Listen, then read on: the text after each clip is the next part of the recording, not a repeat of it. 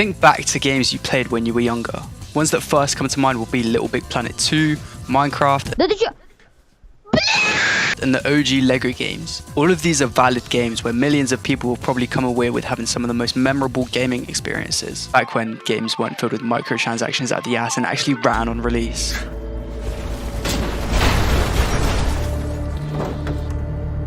For me, however, the first game that comes to my mind when I think back to what I played during my childhood is Batman Arkham City.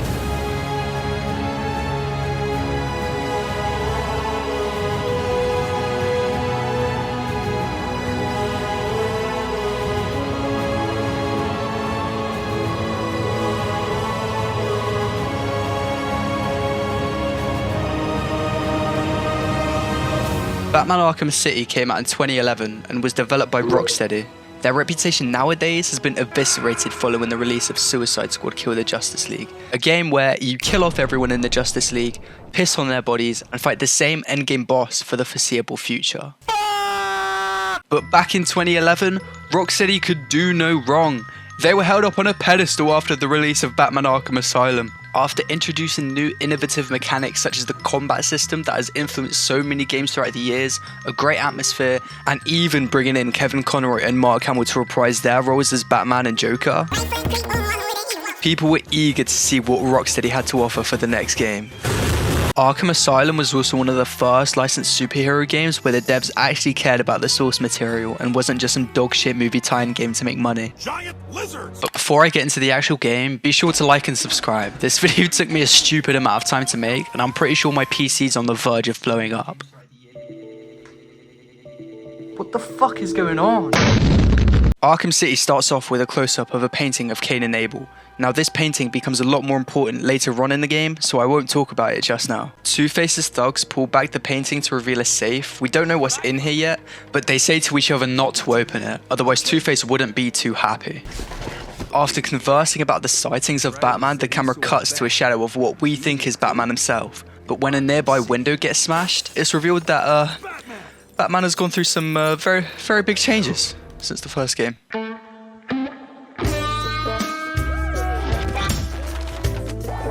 After getting introduced to Catwoman, we have our first combat encounter. The combat in the Arkham games is known as free flow combat. Instead of mashing down the attack button like a mindless drone, you have to be meticulous with how you attack. As your combo increases, the enemies themselves speed up as well, so you have to stay in the zone in order to maintain your combat multiplier. Once your combo multiplier gets high enough, you can then execute what's called a special combo takedown. Doing one of these instantly takes out an enemy with an animation that's the equivalent of ruining someone's life in hundreds of thousands of dollars worth of healthcare fees.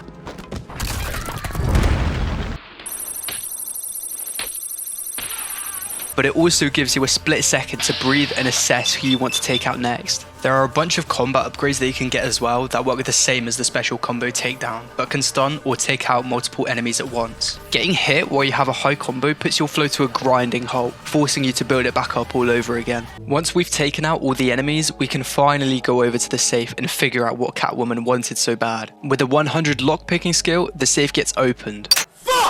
And inside is a SIM card. Inserting it into a phone reveals a location in Park Row, which the importance of isn't revealed to us. Looking into Park Row a bit further, before Arkham City, it was one of Gotham's more thriving districts. This would all change, however, following the murder of Thomas and Martha Wayne. The district would fall into disrepair and become rampant with crime, while also gaining its infamous nickname, Crime Alley. It was also a restaurant in London, based on the whole area, which is cool, I guess. Going over to Park Row in-game, we can find the actual theatre where young Bruce Wayne and his parents went to. Moving towards the back of the theatre, we can find an outline of where the bodies of Thomas and Martha Wayne were. Approaching the outline, the music fades out and an ominous ambience plays instead.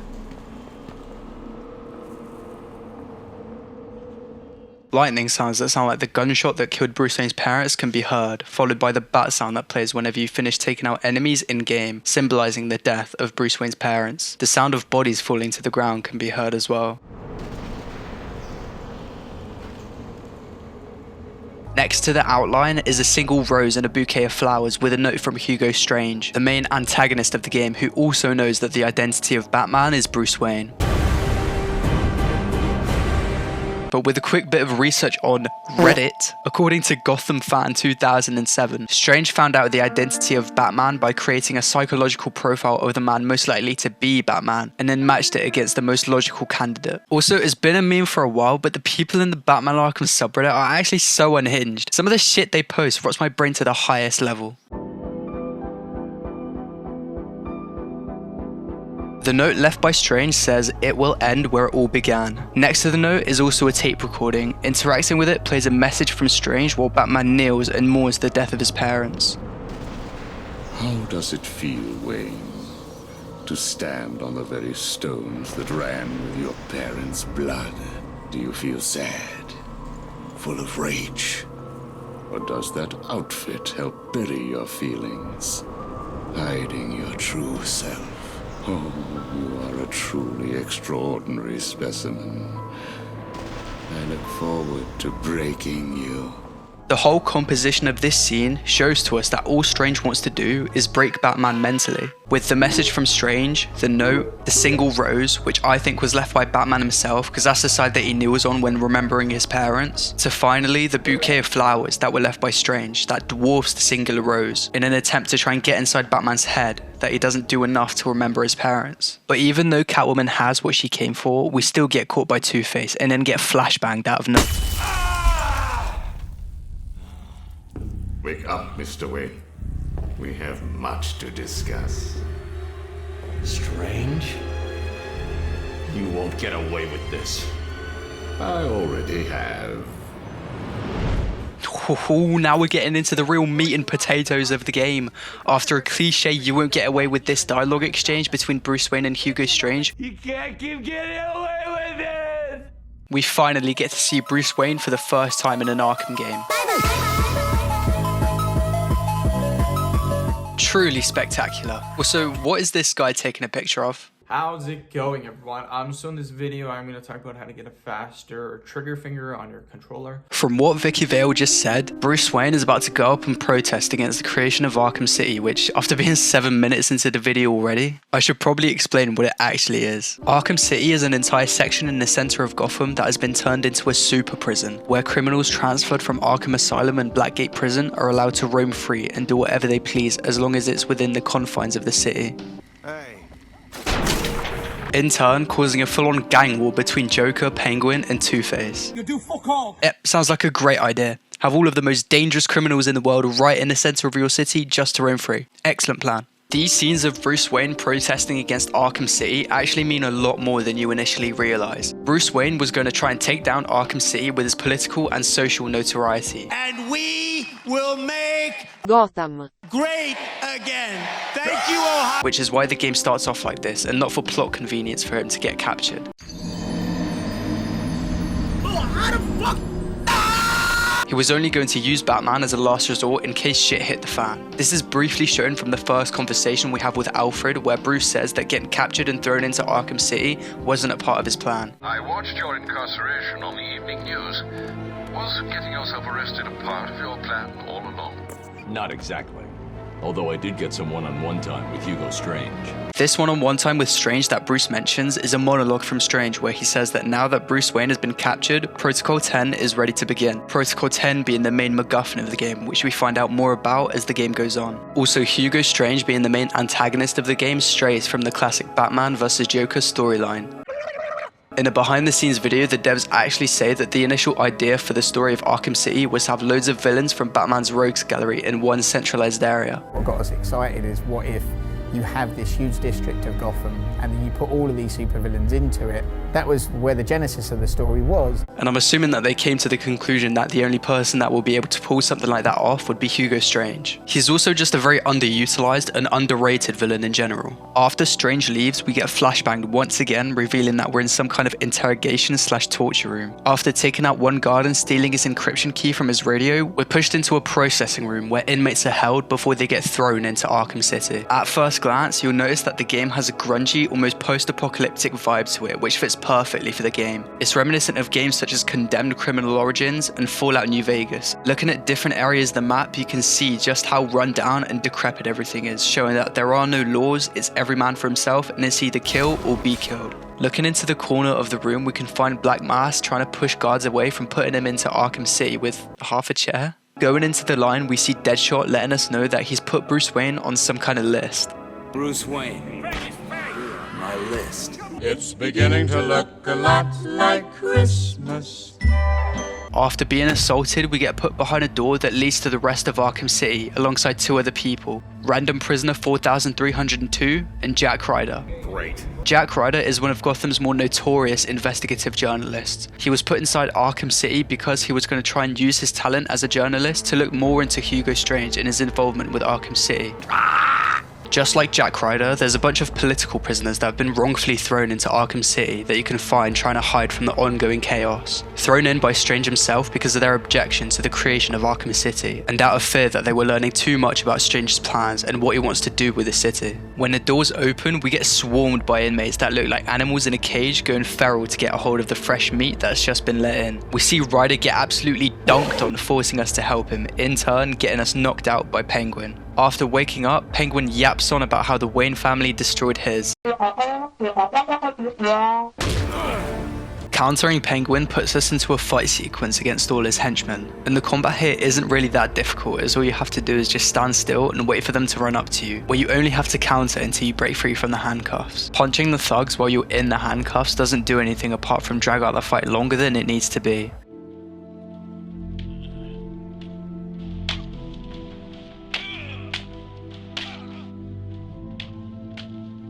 After we take out all of the henchmen, we can either make our way up to the rooftops or make a game-altering decision by knocking out Penguin.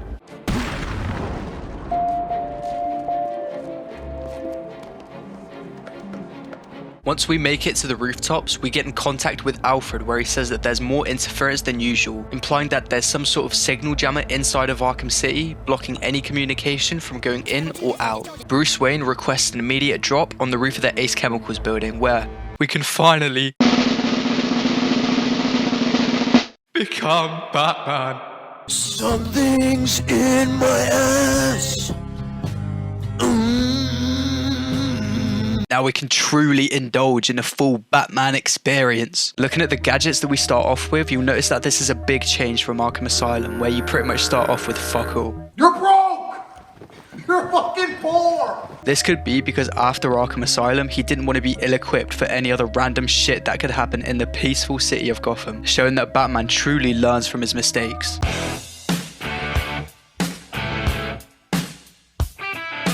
The only gadgets we can use right now are the Batclaw, Smoke Bomb, Explosive Gel, Cryptographic Sequencer, Batarang, and Remote Controlled Batarang. The Batclaw will be the gadget you use most throughout the game, allowing you to traverse to higher points around the map, but it's also very useful during combat. If you want to keep your combo up, then you can use it to grapple enemies closer to you, closing the distance. Or you can also use it to pull enemies off a ledge, taking them out instantly. It can also be used to disarm enemies with guns if you have the Batclaw disarm upgrade unlocked. Using the Batclaw while gliding around the city will allow you to give yourself a boost in speed, allowing you to stay in the air for longer. That is if you have completed 3 augmented reality challenges which give you this upgrade. Which, to be honest, you kind of have to do, because this upgrade is a must-have if you want to traverse around the map with ease. Up next is the Smoke Bomb, which is also a very useful gadget. Throwing it down creates a big cloud of smoke, obstructing the view of enemies that last for 10 seconds. It's really useful if you get accidentally spotted by armed enemies. Oh my god, bro! Or if there are a bunch of them in close proximity of each other that you can't easily take out with stealth. However, it does have a recharge time of a minute, and it doesn't recharge during stealth sections, so you have to decide when and where you want to use it for it to be most effective. After that is the Explosive Gel, which is mainly used to destroy walls. These are indicated by their distinct, cracked look. Going into detective vision will also show you that the wall is destructible. However, that's not its only use. You can use the Explosive Gel to take out enemies if they're standing next to or walk past a destroyable wall. This is a really useful and free way to take out enemies. You do have to keep in mind though that you can only have 3 sprays down at once, indicated by the 3 little cartridges that empty as you use the Explosive Gel. And you can't get a spray back once you've already already put it down, so if you accidentally put one down, you're just gonna have to cope until you detonate it. The cryptographic sequencer is probably the most boring gadget in the game. And Coop has delivered undercooked. Its only use is to hack open doors and gates. There's really not much to it apart from the way you actually use the sequencer, where you decode phrases. Type again with the scrolls! Is better than it was in Arkham Asylum, where you had to mash up a sine wave. I do feel like they could have done a bit more with the cryptographic sequencer, but I don't know, it is what it is. The Batarang is the most iconic out of all the gadgets. It can be used in a wide range of scenarios, such as knocking down and stunning enemies, hitting buttons with it to open more areas of the map, cutting down hung up enemies from gargoyles so that you can use it again to take down more enemies. However, if you try to hit the enemy while you're above them and they know that you're there, then they will just dodge it. Hey, crazy kid, do you want to shoot him? Which is why the remote controlled Batarang is even better than the standard Batarang. The remote controlled Batarang is pretty much the exact same as the basic Batarang, but now you can actually control where it goes, allowing for a lot more experimentation and tomfoolery. Look at this fight sequence that's around halfway into the game. All of these thugs are bunched together in a room with a big ass drop right next to them. Now you could go into that room and take them all out normally, or you can just throw remote controlled Batarangs at them, forcing them off the edge into the water below. Which does beg into question Batman's no kill rule. Wait, that's illegal. Surely there's no way they're surviving if they're unconscious underwater. Hello, how are you? I am under the water. The remote controlled Batarang has also had its 15-second cooldown removed, which was present in Arkham Asylum, which is actually really good because you need to use it in order to progress further into levels. Now remember that encryption key that we stole from that guard at the beginning? Well, we're finally going to use it to hack into the Tiger communications. Hacking into their radio signal reveals that Two-Face has taken Catwoman hostage in a courthouse nearby. Looking at Two-Face's courthouse, you can see that on the inside and outside, one half is destroyed and run down, with the other half clean and pristine, mirroring the appearance of Two-Face himself. Howdy, partner! Also, the fact that his main base of operations is the courthouse and Two-Face used to be a district attorney plays more into the villains' territories, resembling their personalities. You can see a similar theme with Penguin's and Joker's territory. Joker's territory is more industrial and brutal, with theme park elements mixed in, showing how brutal he can be when dealing with people, and his humorous personality. Why so serious? Penguin's territory, on the other hand, is located in the Bowery, which used to be Gotham's commercial district, and also housed a bunch of Gotham's crime families, such as the Falcone crime family and the Maroni family, that owned a restaurant not far from Penguin's museum. Mamma mia!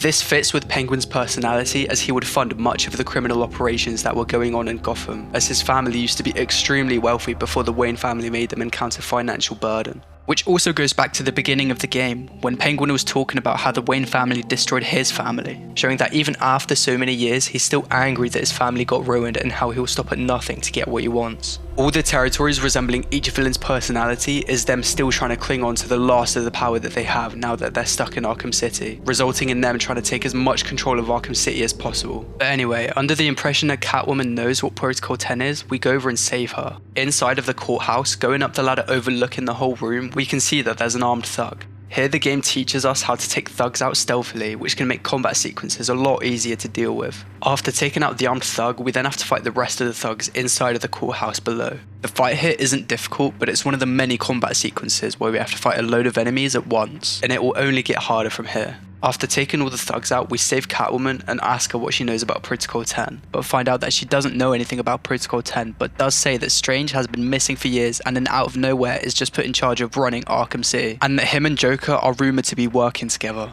At the same time, we cut to a POV of Joker attempting to get clips for his phase montage, but missing like a complete moron. After doing some big dog detective work, we figure out the trajectory of where the bullet travelled, leading us to its origin, which is a big church guarded by 3 of Joker's henchmen. Making our way over to the church, we find Harley Quinn. Her and her thugs have taken some people hostage and says that she's also taken a doctor to try and help with Joker's illness. From his sniper POV earlier, we could actually hear that he wasn't sounding the best, showing that after injecting himself with Titan in the previous game, the same stuff that Bane uses to get swole, I don't think that's totally necessary. It's clearly taking a negative toll on him. After Harley leaves, we're left alone with the armed thugs. And you know what that means? A stealth section! Throwing down a smoke bomb and grappling up to the gargoyles above, the enemy spread out, taking hostages in different corners of the church. You'll notice that the look of the church is very similar to the architecture that we're seeing in Arkham Asylum, taking major influence from your average house in the UK.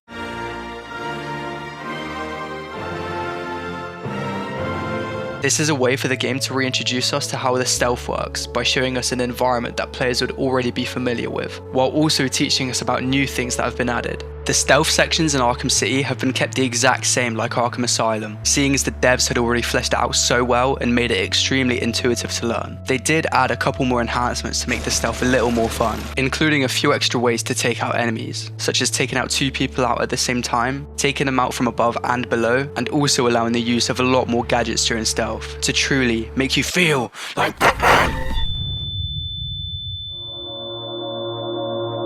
I feel like I could be Batman.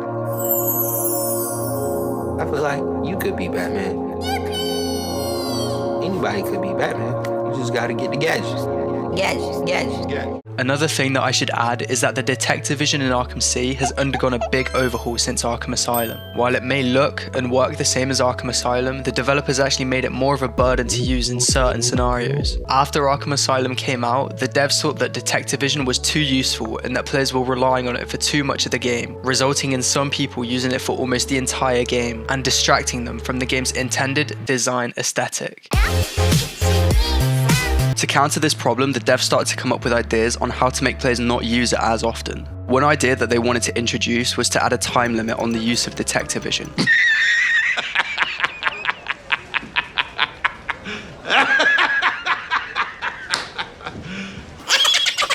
Can you imagine having to sit in a corner and wait for your detective vision to recharge? They instead made it more difficult to use, such as obscuring navigational information such as waypoints in the compass, and random trackers that you have to follow throughout the game, having less of your surroundings be visible, and switching it off completely if you get hit with it on during combat. They added a few more things as well, but I'll get to those later.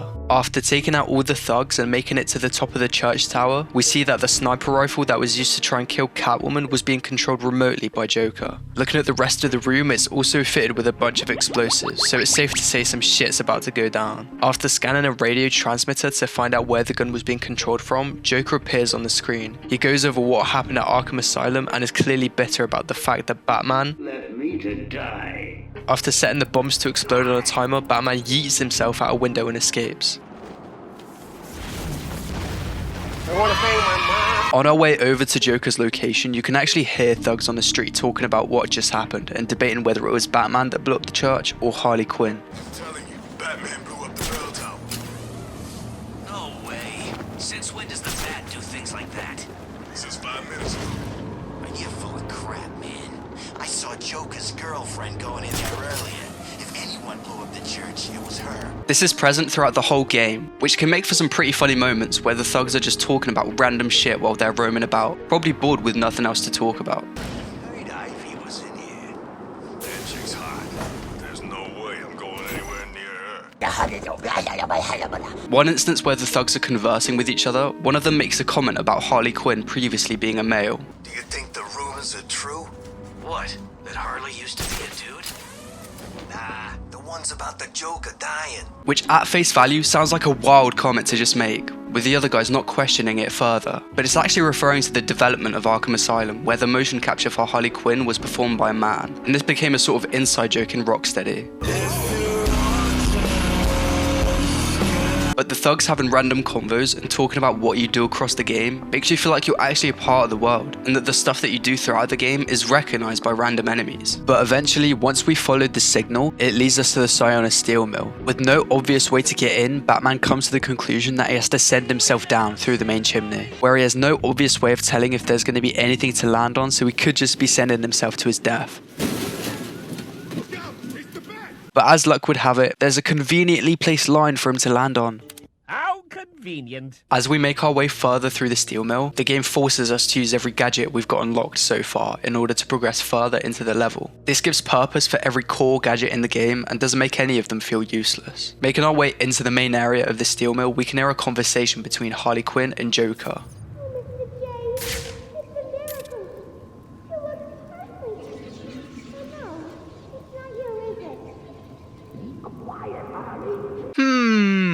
I wonder what that could be. Foreshadowing? One thing to add as well is that in certain points throughout the story, we'll get an announcement from Hugo Strange letting everyone know that Protocol 10 will commence in a few hours. Protocol 10 will commence in 9 hours. This is actually pretty cool because it puts a time limit on how long Batman has to figure out and stop whatever Protocol 10 is, putting more and more pressure on him as the game goes on. After going through a stealth section, we find and save the doctor that was taken to try and fix Joker's illness, and she explains to us that it actually is Titan in the Joker's blood that is killing him. Here we also acquire the remote electrical charge, which is pretty much a gun that fires electric bullets that can open doors and can also be used during combat to stun enemies. You don't really even need to aim it in order to hit your shots, because the quickfire mechanic of the game is pretty good at hitting where you want it to, whether it be doors or enemies. Once we acquire the remote electrical charge, we go over to try and take down Joker, who is hiding in the manager's office of the steel mill. Kids stop.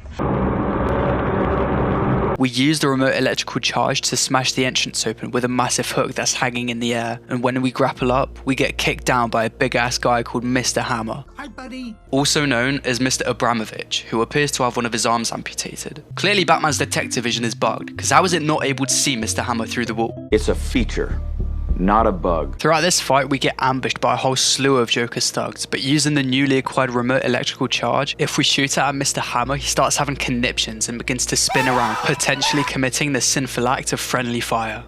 Chill. It was a misinput. Calm down! You calm the fuck down! There was a misinput! Oh my fucking god. Doing this is helpful if you feel like you're being overwhelmed with all the enemies rushing you. But it's also just funny just watching him spin around and abuse his own guys. Once we defeat Mr. Hammer, we hear Harley Quinn shout, and a flatline implying that the Joker has died. When we go up to actually find out what happened, Batman kindly asks Harley Quinn to move out of the way so we can see what's going on, while also asserting his dominance.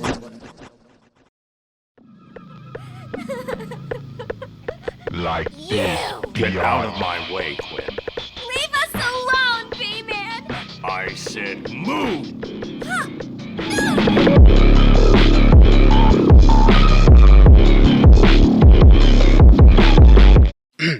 Anyway, scanning Joker's body and detective vision tells us that he is actually dead. But of course that would be too boring, so instead we get hoodwinked and ambushed by a healthy, living Joker that knocks us out with some sort of gas and a baseball bat to the cranium.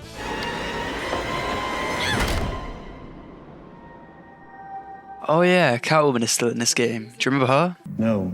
She debates whether to help Batman or take some loot that's in Strange's vault, which is finally revealed to be the location in Park Road that was on the phone at the beginning of the game. After thinking over who to ask for help, she decides to get Poison Ivy to help her break in. But first, we need to get Catwoman's equipment from her apartment. Here we're shown the traversal mechanics of Catwoman, and to put it bluntly, they're a bit ass. What substitutes Batman's grapple is now Catwoman's whip, which she uses to attach herself to the structure she wants to climb. And then what follows is a quick time event minigame where you have to time your button presses in order to climb. And I don't know if I'm just an idiot, but no matter what I did, I could never consistently time it to be able to climb like a normal person. I was always just hanging there for like an extra second. Come on, mate!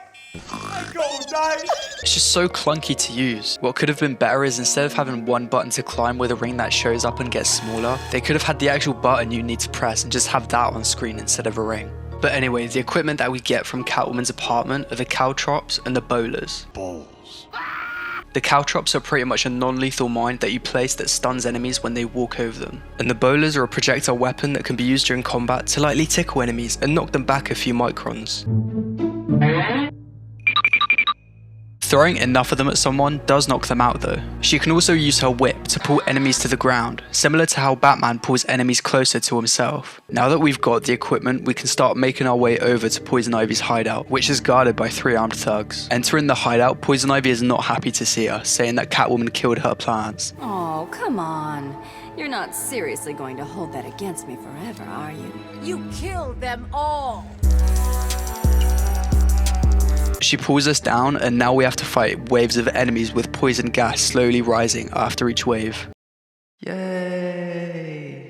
I'm not gonna lie, this part of the level is just trash. The enemies come from these big ass Venus flytraps and are under the influence of Poison Ivy, and it's not any different than any other standard combat encounter. You fight 3 waves of the same enemy, with the only change on the last wave being that you're on the same floor as Poison Ivy, and she launches these annoying orbs at you that were in Arkham Asylum as well. So yeah, the Catwoman segments so far are not good.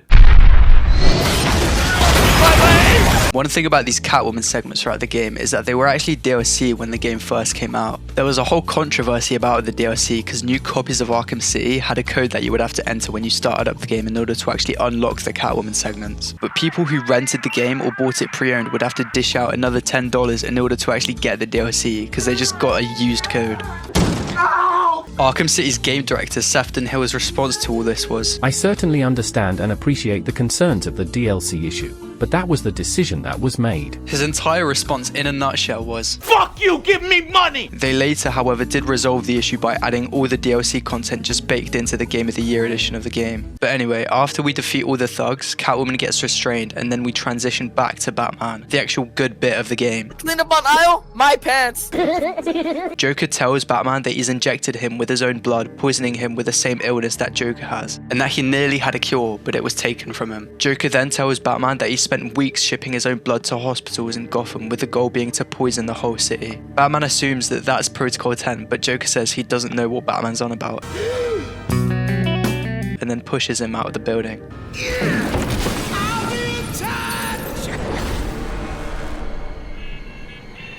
Waking up from our little tumble, we get a FaceTime call from Joker from the phone that he attached to Batman's chest. I'm listening. He tells us that Mr. Freeze was making the cure for him but has gone dark on him, retroactively forcing us to find him. We're actually kind of working with Joker here to find the cure, as both of their goals are aligned. They both need to cure themselves from the sickness in order to not die. After calibrating Batman's cow to scan for the coldest point in Arkham City to find Freeze, we're led to an old, abandoned GCPD building. Outside of the building are a couple of thugs working for Joker. They mention that there's some other people inside, but their ultimate goal is to take Mr. Freeze back to Joker. Taking them out and making our way into the building, just outside of the entrance is a dead Penguin thug. Taking the encryption key from his radio will allow us to listen in on Penguin's communications. Joker's crew are still outside, Mr. Cobblepot. Good. Make sure it stays that way. No problem. Entering the building, it's revealed that Freeze actually isn't inside, but instead a bunch of Penguin thugs guarding the lab that Mr. Freeze uses. Here we have to go through another stealth section, but this time there's the addition of a heartbeat sensor that the thugs are wearing. Taking someone out that's wearing one of these will alert enemies to where you took them out a lot more quickly than if they were to stumble upon their body, as the person that they're working for will announce over the radio that someone's just been eliminated. I'm one man down. That's not good, is it? I think the devs intended for this to be harder to play with, but if anything, it's actually easier, because you can just take the person out with the heartbeat sensor, wait for his guys to find it and huddle around his body, throw down a smoke bomb, and take out another 2 or 3 guys without any danger. Taking out all but one of the Penguin's thugs, he will surrender, allowing you to interrogate him as to where Freeze is located. He tells us that he's in the museum and that Penguin's taken him, referencing the Batman animated series episode called Deep Freeze, where Mr. Freeze gets kidnapped out of prison in order to help billionaire Grant Walker fulfill his vision of an underwater city, similar to Rapture from BioShock. In this game, Penguin also wants to utilize Mr. Freeze's tech for his own benefit. Breezy. I'm feeling hot. I find that unlikely. As we go to leave the GCPD building to head to the museum, a loud explosion can be heard outside. That doesn't sound good. Alongside shutters being closed in front of us, trapping us in the building. Apparently Penguin managed to bribe a police officer into giving him security codes for the building, further showing just how much power he actually has in Gotham while still being trapped inside of Arkham City. Another day, another victory for the OG. Bit of a side note, but the Joker Asylum comic about Penguin shows really well how much power he actually has and how petty he can be towards people that have annoyed him. There's a bit in the comic where Penguin is having dinner at a restaurant with a girl that he saved from a human trafficking ring who he fell in love with. During their meal, a chef happens to laugh and look in the same direction as Penguin. Thinking that the chef is laughing at him, Penguin gets really pissed off, but his girl calms him down and they carry on with their dinner. Following Penguin's visit to the restaurant, the building got a new owner, forcing the restaurant to close, firing all their employees, including the chef. The day after the chef being fired, he found out that his girlfriend got mysteriously deported back to Romania and his best friend arrested for being a PDF file. The day after that, the chef got a new neighbor who started blaring music 24/7. The church that the chef went to was closed for fumigation after an infestation of killer bees. His favorite park where he liked to relax was also bulldozed. Across the street from the chef, a 24-hour liquor store was opened, which is particularly unfortunate as the chef was a recovering alcoholic. Less than 2 months after encountering the Penguin, the chef hung himself in a bus station bathroom. One thing that this comic shows is that if you wrong Penguin, he doesn't outright kill you. He indirectly ruins your life by destroying the world around you. Which is also why the Penguin never gets put behind bars, because even though the police know that Penguin was behind something, they technically can't put him in prison because they never have any proof for the stuff that's actually happened, because the Penguin covers his tracks so well. The Pain and Prejudice comic is also really good and goes into this a lot more while also covering Penguin's upbringing and backstory. Once we've left the GCPD building, another explosion is heard. Penguin comes on the radio saying he's blown up the bridge to cut off Joker's forces, stopping them from getting to him and from getting Freeze as well. Hugo Strange can then be heard saying to leave Penguin and everyone else up to their shenanigans, closing off with how it will be interesting to watch how everything unfolds. It appears that Mr. Gobblebot has made his move. Leave them to it. It will be interesting to witness how things progress as we approach Protocol 10. Bit of a weird comparison here, but hear me out. Strange running and overseeing Arkham City is kind of like The Sims. Strange being the player and Arkham City being the game. Throughout the whole game, we can hear dialogue where Strange clearly has the power to stop anything at any time, or supply people with whatever they need whenever he wants. How should we proceed? Stand down. Let Two-Face have his fun. Understood. His main base being the Wonder Tower puts him above Arkham City, making the inmates feel him as some sort of god who thinks he's doing good for the world, when in reality he's just severely morally flawed. Making our way over to Penguin's museum, it's guarded by a bunch of Penguin thugs, with the front door blocked off by shutters. This is my own private domicile and I will not be harassed! Bitch! Taking the thugs out and hacking the shutters open, once we enter the museum, we're faced with two more thugs, but this time they're armed with knives. Dodging their attacks is different than with normal enemies, as the counter icon has a gold colour to it. To dodge the knife attacks, you have to move away from the thug and hold down the counter button, but if you acquire the blade dodge takedown upgrade, then taking the enemies armed with knives becomes really easy. Shut the fuck up, nigga, and watch this goddamn combo. With the upgrade, all you have to do is hold the counter button in between each of their attacks, which will take them out instantly once they've finished attacking. To be honest, this upgrade makes combat sequences that have enemies armed with knives probably a bit too easy. I reckon a dev should have made it so that you have to move away from the enemy and press the counter button in between their attacks if you don't have the upgrade, in order to make the combat a bit more engaging, and then have the same thing but add an extra button input to take the enemy out if you do have the blade dodge takedown upgrade. After we take out the two thugs, if you try to go further into the museum, then metal barriers will block you from making any progress. If you go into detective vision, then you'll see that invisible lasers are present that activate the metal barriers once you walk past them. Following the cable from the lasers will lead us to a panel that we can hack. But nope, the signal gets jammed because of signal jammers that Penguin's thugs have put up around the Bowery. So we took out a bunch of thugs, hacked the door, went through a loading screen, took some more thugs out to find out we have to go back outside into another loading screen, destroy the signal jammers, go back to the museum, through another loading screen. Fucking hell. But looking past this dogshit section, it just shows how much Penguin is afraid of Batman infiltrating his museum, by putting up so many roadblocks that stop Batman in his tracks. What the fuck is this piece of shit? In the Pain and Prejudice comic that I mentioned earlier, there's a section where Batman ambushes Penguin, and Penguin falls to the ground, cowering in front of Batman. The panel then transitions into Penguin when he was a child, remembering how kids would bully him for his grotesque appearance and small stature. In Arkham City, we always see Penguin confronting Batman when he has the upper hand. For example, when he has Freeze's gun, has Bruce Wayne restrained, or is literally above Batman. He always talks so much shit. Dawaj, kurwa!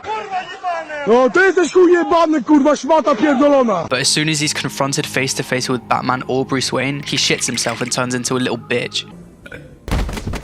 Clearly pointing to the fact that Penguin is terrified of Batman unless he feels like he has something that can stop him.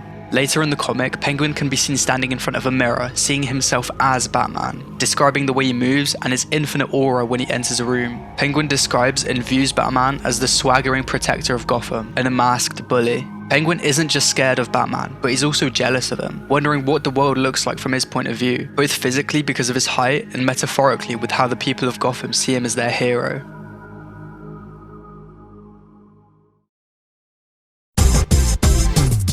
Making our way outside, we follow a tracker to find and destroy the signal jammers in order to get access to the museum. There are 3 in total, with 2 being above ground and 1 underground in an abandoned subway station. Just before we reach the last jammer that's underground though, you'll come across some thugs that are looking at a poster of Solomon Grundy, a Frankenstein type monster that references the 19th century nursery rhyme with the same name. In the Batman Arkham universe, Solomon Grundy was a merchant who was killed and had his body dumped in a swamp. The swamp turned out to be a Lazarus pit, and after being exposed to a thunderstorm, Grundy emerged as an immortal zombie-like creature. He would temporarily travel with a travelling circus before being found by Ra's al Ghul, who wanted to learn more about the Lazarus pit. So we took Solomon Grundy to Wonder City in order to kill and resurrect Grundy multiple times to learn the true nature of the pit. Wonder City would eventually get closed down, with Gotham City being built over it, and the Iceberg Lounge being built over Grundy's prison, eventually being found by Penguin, who uses him to kill people who have betrayed him. Leading us to today, where Solomon Grundy looks like a puppet who was strewn together with his arms and chest being attached together with rope, implying that either Ra's al Ghul or the circus cut up and dismembered Grundy to experiment on him or shock the audience, seeing as the main selling point of Solomon Grundy was him being known as the man who cheats death. The puppet imagery also correlates with how ever since coming back to life, Solomon Grundy has just been used and controlled by people every step of the way, never really having his own free will.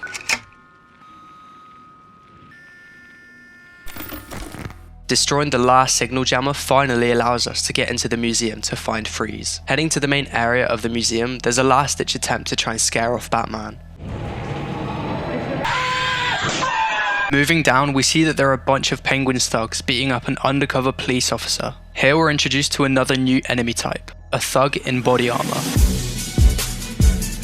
To take them out, you need to stun them with Batman's cape and then unleash a flurry of attacks to take them out. But if they're armed with a knife, then it's the exact same thing as before. If you have the blade dodge takedown upgrade, then you don't need to mess about with stunning them. You just dodge and then they get taken out instantly. Defeating the thugs and talking to the undercover cop, he tells Batman that Commissioner Gordon sent in a team to figure out what's actually going on in Arkham City. The officer lets us know that there were 10 in total that got into Arkham City, giving us a new objective where we have to go and save the police officers. Looking at the map, it will show you where all of the police officers are, being scattered all around the museum. You can also notice that Batman's face as he's talking to the officer is starting to show signs of infection, with dark lines creeping out of his mask, slowly taking over his body. A subtle sign that tells us that his time is slowly running out. Looking around the first exhibit of the museum, you'll see that there are a ton of display cases all around the room and the museum itself. Each of them are uniquely decorated to house a specific person or weapon. Cases of Tiger Guards, Two-Face and Joker thugs can be seen, as well as weapons and tech. Finally, you can also find a case for both Batman and Bruce Wayne, all accompanied with their own voice notes from Penguin himself.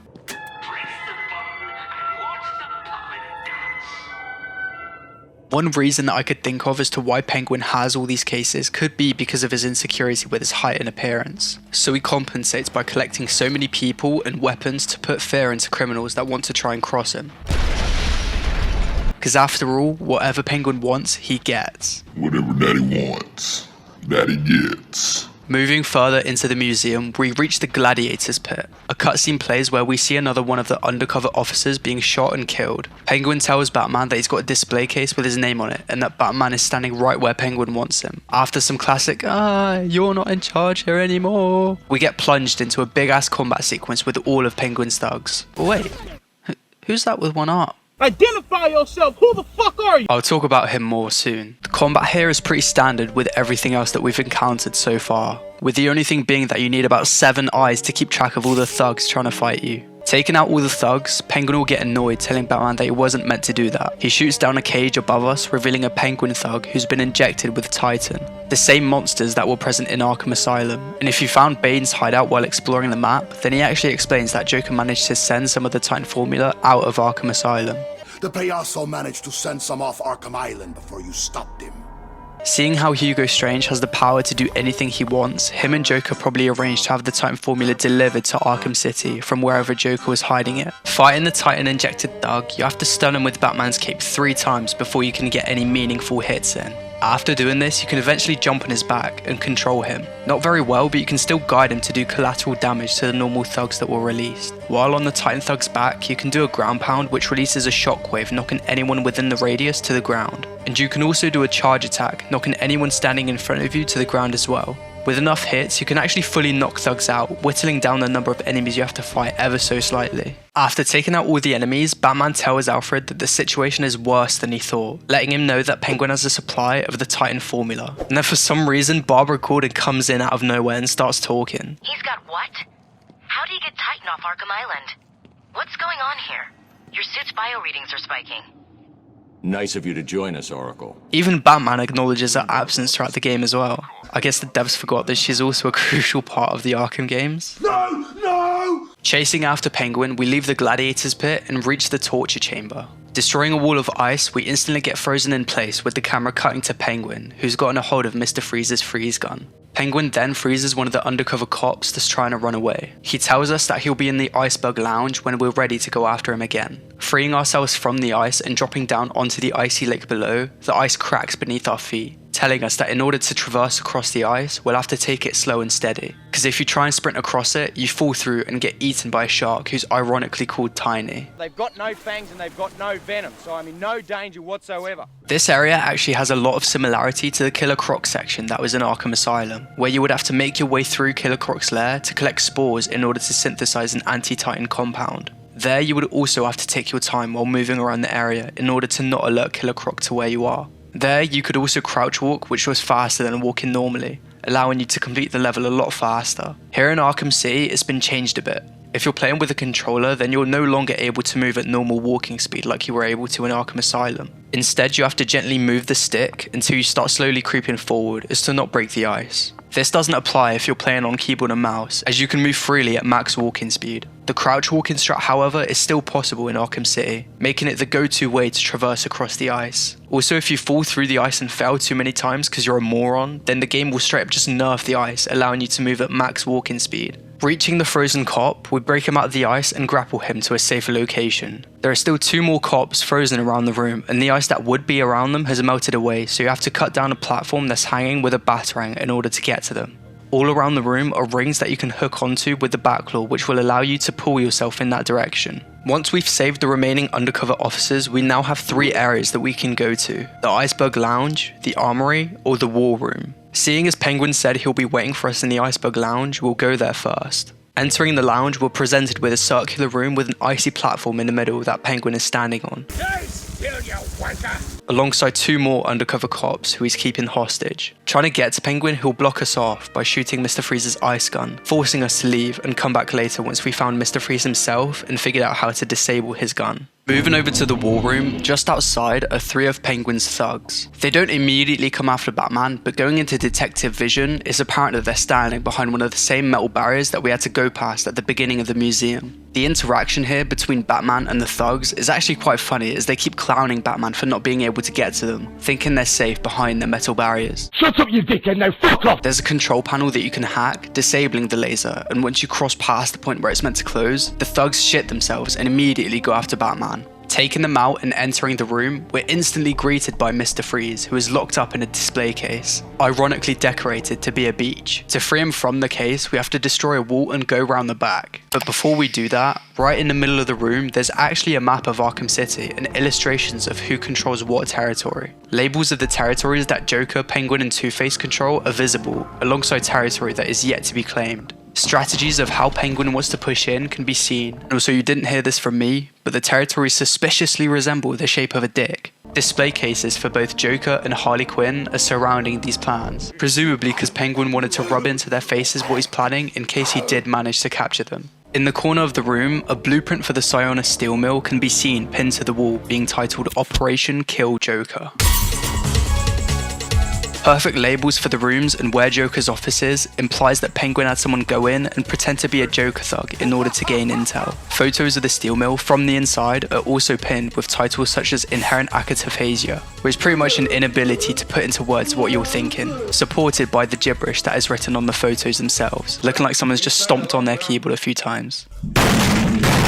My theory is that the developer who was working on this room got lazy and just couldn't be asked to write actual text to support the photos, so it just spammed out random letters and came up with a lore reason as to why it's like that, by labeling it as Inherent Acataphasia. Aside all that, destroying the water-free freeze was stopped by Abramovich. No. Not him.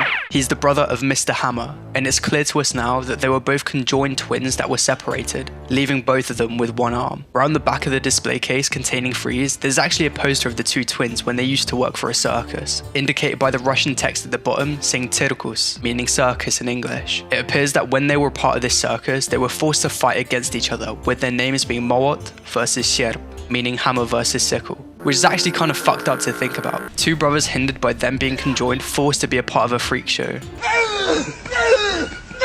Growing more and more apart until Arkham City, where they're part of two different opposing factions, with Abramovich during the fight saying, "I hear you defeated my brother. He was always weaker than me." After you finish the game, you can actually find the two brothers sitting together, talking about how they shouldn't have joined separate factions, and how together they're an unstoppable duo. It is good to be back together, brother. It was a mistake to work for the Penguin. I know that now. I cannot stand being apart again. I wish to be rejoined, brother. Me too. We spent too long joined to live another moment apart. Together we will destroy anyone who stands in our way. The fight here with Abramovich and the rest of the Penguin's thugs is pretty much exactly the same as the fight with Mr. Hammer that we had back in the steel mill, so there's not really much to add. After finishing the fight and going around the back to free Mr. Freeze, a cutscene plays where Batman demands Joker's cure. Freeze explains to Batman that without his suit, he won't be able to finish the cure. Batman then asks Freeze how to get past his freeze gun in order to take down Penguin. Freeze refuses to tell him before Batman manipulates Freeze with his wife, asking him what will happen to her if he's not around. Freeze then reluctantly tells Batman that there's a security override in his suit that will allow us to get past the freeze gun. With this information, we head straight to the last and final location from the torture chamber, the armory. Heading back through the torture chamber to go to the armory, all the ice that we used to traverse earlier has melted, leaving the platform as our only option to move around. While you're on the platform, at a certain point you'll get attacked by Penguin's shark who will bite onto the platform and try to destroy it. To make him go away, you'll have to unleash a flurry of attacks. Apparently when the game was being developed, the devs thought about adding a scene where Batman would reach into his utility belt, pulling out a container labelled as shark repellent, referencing the 1966 Batman film with Adam West, where he fights off a shark with shark repellent spray. The container would house knuckle dusters which Batman would then use to beat up the shark with. They thankfully refrained from this idea as they thought it was a bit too goofy for the tone of the game. So that's Protocol 10. Poison Gotham. I expected more. Protocol 10? A remnant of this idea can still be seen though if you lose to the shark. On the death screen, a hint comes up saying fight off the shark using Batman's powerful shark repellent. A flurry of furious strikes. Going past the torture chamber and entering the armory, it's guarded by armed Penguin thugs, with some of them being equipped with thermal imaging headsets that will reveal Batman's location if he's scanned by one while he's perched on a gargoyle. They'll also be able to see you inside smoke that you throw down, shutting down any attempts at taking multiple thugs out at once. This introduces an interesting dynamic where you have to keep moving in order to not get spotted. However, all of this is just simply thrown out of the window with a heat signature conceal upgrade. This upgrade pretty much allows you to get past the thermal imaging headsets and sit on a gargoyle for as long as you want, as long as you don't move while it's being scanned. Not on that one. Where is he? I don't understand why we're introduced to these cool concepts only for an upgrade to make it completely harmless to us. In the room as well are a bunch of the remaining undercover cops that we have to save. Taking out all of Penguin's thugs and talking to one of the police officers, he tells us that someone must have snitched on them being undercover, resulting in them being taken and held hostage by Penguin. Over at the back of the armory, we'll find Mr. Freeze's suit, locked up in a display case. Destroying the glass, Batman takes what I think is the cure that Freeze was working on and gives it to one of the undercover cops. Batman then tells him to take the vial back to Freeze. After that, he takes a chip from the gauntlet of the suit. Inserting it into his detonator, we're rewarded with a disruptor, which will now allow us to disable the freeze gun that Penguin has. Aside from disabling the freeze gun, the disruptor is pretty much useless, as you don't come across anyone else in the game who carries any sort of freeze equipment, but you'll eventually be able to get a firearm jammer upgrade that allows you to disable guns, which will make combat sequences a lot less threatening. Now that we've got the disruptor, heading back to the Iceberg Lounge, Penguin does the usual supervillain taunting. But reaching the walkway to Penguin, he'll pretend to give up, saying, "Tell you what, Batman, I'll give you this one for free." Walking up to him and trying to use the disruptor, it will become apparent that it has a very short range, which seems a bit inconvenient. What would have Batman done if Penguin just kept shooting, stopping Batman from getting close? It would have been fucked. But disabling the freeze gun, Batman will then thundercunt Penguin off of the platform.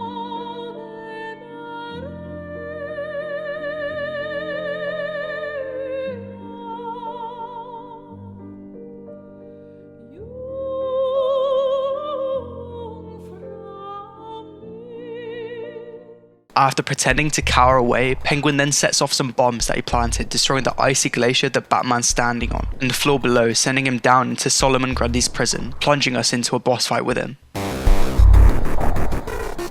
The boss fight consists of 3 waves. You won't be able to run up to Grundy and punch him to defeat him, as you will just get electrocuted, so you will have to dodge his attacks while quick-firing explosive gel onto points around the arena that heal Grundy, whittling him down until he gets stun-locked, allowing you to go in and do some damage. The first 2 waves are mostly the same. You'll have to dodge Grundy's attacks that he does with these metal balls that are on chains strapped around his wrists, kinda resembling Kratos' Blades of Chaos. Wretched beast!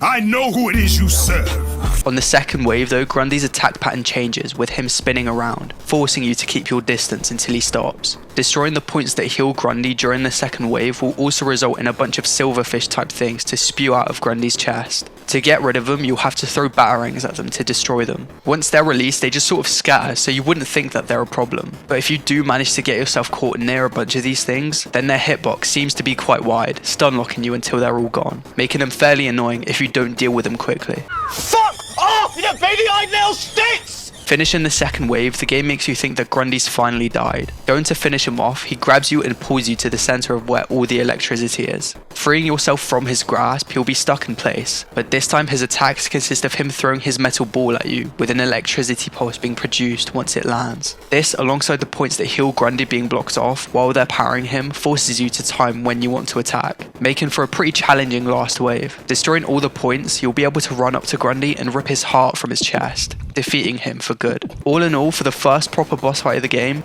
not bad. After defeating Grundy, Penguin will appear with a rocket launcher behind you to try to kill you himself. And clearly he hasn't logged on to TR Walkway in a while, because his aim is fucking wank. GG easy, knuckleheads! Dodging his rockets is actually so easy, you could do it blind. Getting to Penguin as he's reloading, Batman will absolutely unleash punches onto him before knocking him out with a WWE finisher move.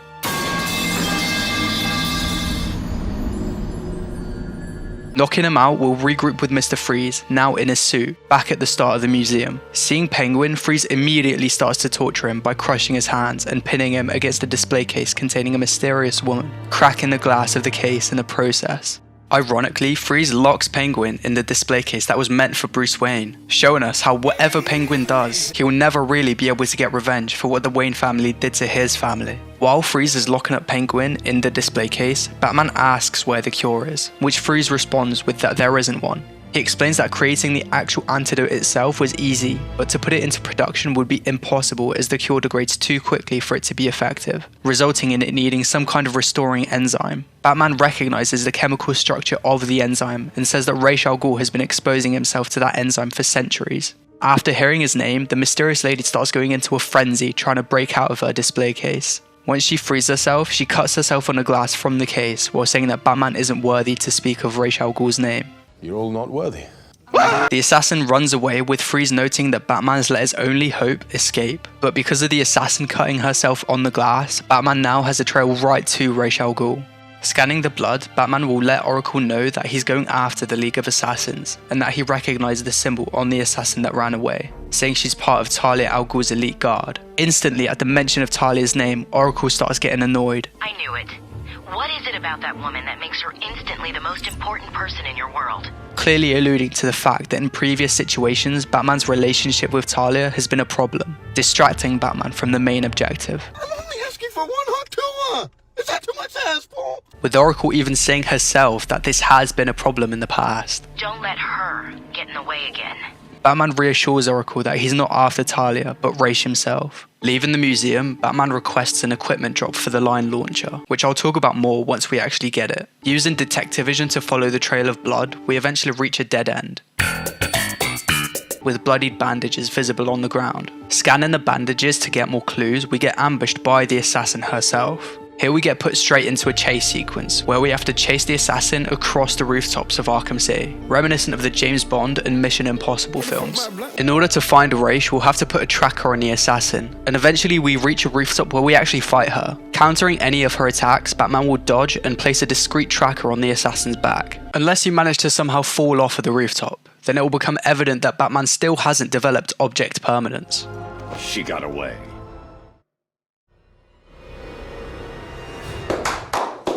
Placing the tracker on the assassin's back, Batman gets knocked to the ground and is surrounded by more of the assassins. Looking like there's nowhere to go, Robin comes in out of nowhere and fights off some of them. He goes to take out the assassin on top of Batman, but Batman just tells him to stand down. The assassin leaves before telling Batman to not follow her. Getting up from the ground, Batman tells Robin that he didn't need his help. What a way to be grateful. Prick. Robin explains that Alfred was worried about Batman, so he sent Robin to check in on him. Batman just straight up ignores him and throws Robin a vial of his blood.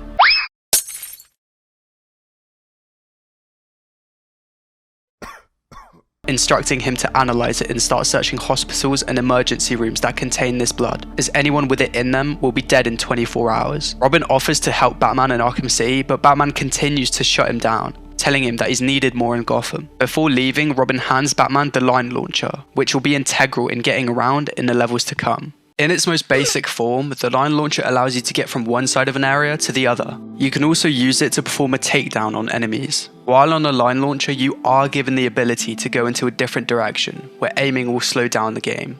This actually gives you the option to completely skip over certain parts, where you would normally have to find a legitimate way to get across. Another way you can use the line launcher is if you acquire the line launcher tightrope upgrade, which allows you to use a line launcher as a vantage point. This is especially useful in stealth sections, as thugs will sometimes destroy gargoyles so that Batman can't use them to get the drop on thugs. Before I move on, you may have noticed that during the cutscene with Robin, the screen would flash from time to time. This effect persists after the cutscene finishes, and it does look like it could be from lightning, but I never saw any lightning in the game apart from a few scripted sequences. What I think it actually means is that the toxin inside of Batman is starting to affect him even more. Before, the Joker's blood that was injected into him didn't seem like much of a problem, as we weren't able to see the damage it was doing. But now, the damage has progressed so far that it's starting to affect Batman physically now, represented by the screen flashing. Following the tracker that we placed on the assassin, we're led to a massive hole in the ground in the industrial district that takes us to the underground sewers. Moving through the maze-like structure of the sewers,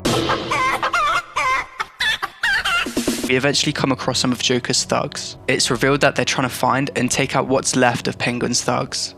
Shout out to both of you. We got a job. Penguin's crew are on the run. Joker wants us to off any of them we find. Probably ones that tried to hide when they were left stranded on Joker's side of Arkham City, back when Penguin blew up the bridge to cut off Joker's forces. See, I told you it'd work. Blow the bridges, cut off the Cloud's forces. Easy. But Mr. Cobblepot, we're stuck too! And also now that Penguin isn't a threat anymore as he's been thrown into that display case, Joker's probably trying to capitalize and take out as many of Penguin's thugs as he can to try and take over more of Arkham City. Reaching the end of the sewer network, we come across some more of Joker's thugs in what looks like an abandoned railway. Taking them out and hacking the doors open, it turns out that we've actually circled back to the abandoned train station, where one of the signal jammers that we had to destroy was. I'm not gonna lie, if I was Batman, I'd be fucking pissed, because he chased the assassin halfway across the city, only to be taken back to the train station, which is literally a short walk from the museum. One thing I realized as well is that on repeat playthroughs, if you already know where to go, then the devs knew that you would try and skip the sewer section and go straight to the subway after placing the tracker on the assassin. So they just straight up blocked off the entrance to the subway, forcing you to still go through the sewers, making you hack a panel on your way back to unlock the route down to the subway again. Little details like these are actually cool, but come on, I don't want to have to go in a fat circle around the city. At the back corner of the railway station, you'll see a door, and going through it will lead us to the collapsed streets that are under Arkham City. There isn't much to say about the collapsed streets, with the wiki only having a short paragraph saying that it's only a street of buildings in old Gotham that's sunk underground. Moving through the collapsed streets, the line launcher will be invaluable here, as getting across the huge chasms would be impossible without it. Crossing the chasm and going through another door, the poison in Batman's body starts affecting him worse than we've seen before. I'm dying, sister. With it disorienting him and weakening him to the point where he has to take a second to gather himself. After this episode, you may notice that the in-game camera is now slowly zooming in and out, tilting from side to side.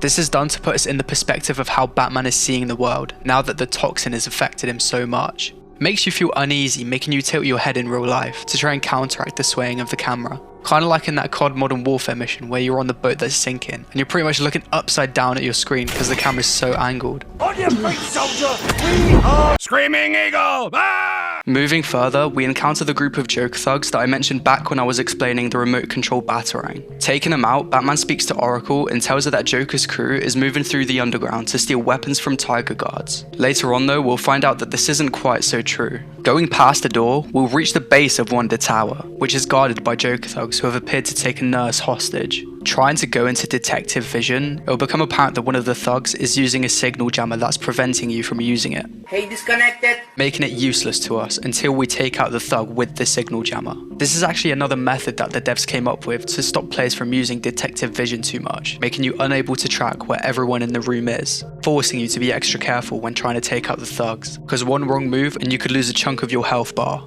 Thankfully though, there's no upgrade that outright negates the signal jammer, so whenever you're faced with a stealth sequence that contains it, your first priority should be to take them out first so you can have full coverage of the room. Taking out all the thugs and talking to the nurse that was taken hostage, at first she's shocked that she's even inside of Arkham City in the first place, saying that she was drugged and kidnapped outside of a hospital that she interns at. Clearly Joker's becoming so desperate that he's taking anyone he can that has at least some medical knowledge to try and fix him. After telling the nurse to stay hidden, Batman then speaks to Oracle, telling her that Joker isn't just stealing the weapons from the Tiger Guards. Hugo Strange is just outright giving the weapons to him. Now it isn't explained as to why Strange is doing this, but Batman theorizes that Strange is trying to control who runs the streets of Arkham City. And it also reinforces my point earlier about how Strange just sees Arkham City as a massive playground for him to do what he wants before he enacts his ultimate plan. Following the tracker further, we're led to the entrance of Wonder City, littered with police tape, indicating that something clearly terrible has happened inside. Scanner gets scared. That's what you get for trying to scan. Entering Wonder City, we're instantly moved into a first-person perspective, with another wave of poison hitting Batman, distorting his and the player's vision. Batman then falls to the ground, coughing up blood in the process. In the background, you can also hear a monologue from Ra's al Ghul himself, explaining the purpose of Wonder City, and how it's powered by a presumably clean and safe renewable energy source known as Lazarus. The heart of Gotham's future beats with Lazarus technology. The power of Lazarus is pumped into every street, every home, providing clean, safe energy. Mechanical guardians will serve you, watch over you, and where necessary, protect you from the worst of mankind's sins. But most importantly, our beautiful world will survive. Ladies and gentlemen, allow us to present to you the future, Wonder City. The goal of Wonder City was to eradicate all crime from Gotham, and while it was successful with residents celebrating Ra's achievement, it was all a front to cover up a conspiracy about Ra's, who behind the scenes would capture criminals and also potentially innocent individuals.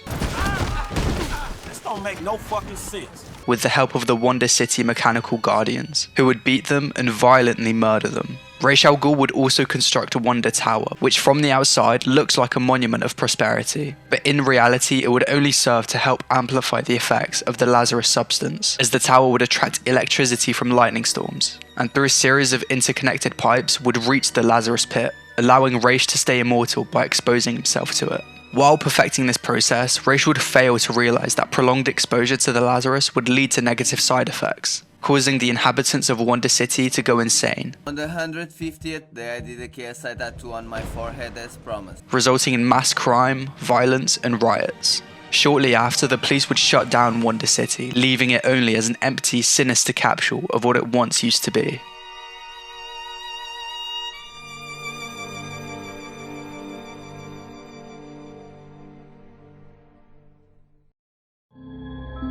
Using the remote electrical charge to open the doors, a Joker thug is shown running away while saying they are everywhere, before falling to the ground, revealing one of the assassin's swords stuck in his back.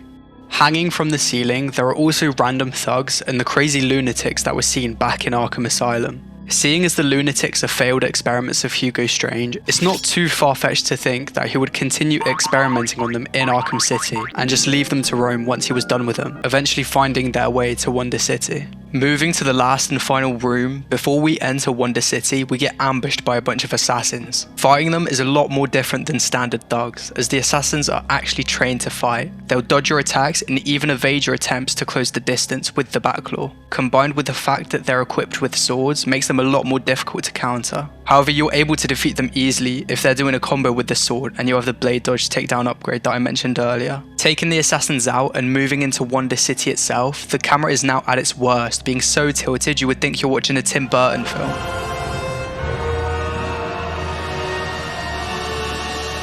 Cunt. This, combined with the decrepit nature of Wonder City and all the mechanical guardians just idle, makes this the most unsettling part of the game, as you constantly feel like you're being watched. Even after playing through this game so many times, I still feel so uneasy going through this area. The glowing eyes of the guardians makes you think that one of them will just jump out at you at any moment. Approaching the main gate, Batman says that the door looks like it's been closed for decades, concluding with saying that the assassins must be using a different way to get in. In order to figure out how the assassins are getting through, we'll have to scan the mechanical guardians in order to extract the videotapes that they have, piecing bits of footage together to find the secret entrance that the assassins use. Doing this is interesting but kinda tedious, as the progress bar goes up so slowly with each guardian that you scan. Being attacked by the assassins while you're doing this prolongs this section a bit more than it needs to be. Scanning all the guardians, we get a recording of the assassin we were chasing earlier using this secret entrance. Dear Bruce.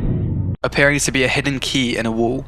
Moving over to where the entrance is located, examining it, an assassin will appear, allowing you to counter her attack using her sword as the key to get in. Cheers, bro. After we move through the secret entrance, Batman will climb out of a manhole. Stumbling out, he falls immediately to the floor. The gates in front of him open, revealing a blinding white light. Batman here is on the verge of dying, accompanied by his parents' silhouette coming through the light, inviting him into the afterlife. You need to step into the light. Your father and I are waiting. Fighting through the poison in his system, he comes to, with his mother's voice slowly changing to Oracle's. We need you to do it, Bruce. Bruce, can you hear me? Your vitals, they're dropping. It's like they're in free fall. She says that his vitals are in critical condition and that he only has minutes to live. Even after nearly dying, Batman still believes that he'll be able to conquer everything himself, cutting Oracle off when she asks him what Robin should do in case he doesn't make it. What do I get Robin to do? You know, if you don't... I'll make it. One cool little detail that I thought I should mention is that every time Batman has one of these episodes where the poison starts to get the better of him, the in-game health starts draining as well, visually showing that Batman has AIDS. Lumbago. Limping over to the main gate, we get surrounded by the assassins, but before they can do anything, Talia al Ghul dismisses them. Surprised to see Batman, she says that after a night they spent in Metropolis together, he could have just called, hinting at their relationship being even deeper. Batman says that he's not after her, but Ra's instead, declaring he's ready to become Ra's al Ghul's successor. After warning Batman that he will have to break his no-kill rule in order to become a true successor, Talia leads Batman down to perform the demon trials.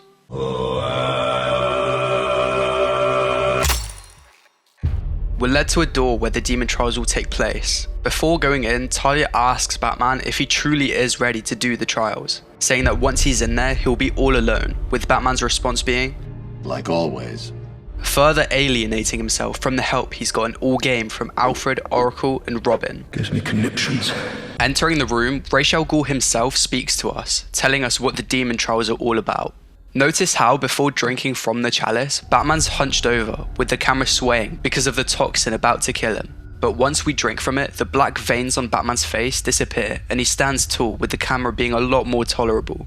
It still sways and zooms, implying that the substance inside of the chalice hasn't cured him fully, but only temporarily, so that he can at least complete the trials, with this also being told to us by Ra's. I can see your body is becoming weaker. The small quantity that I have allowed you to drink will only keep you alive for a few more precious hours. After drinking from the chalice, we're put into a drug sequence, which for some reason will become a common trope in games released after Arkham City. This is where the demon trials fully commence. Now, you would think that with how much caution we were given and how much Talia hyped up the trials, it will be some really difficult section. Then let the trials commence.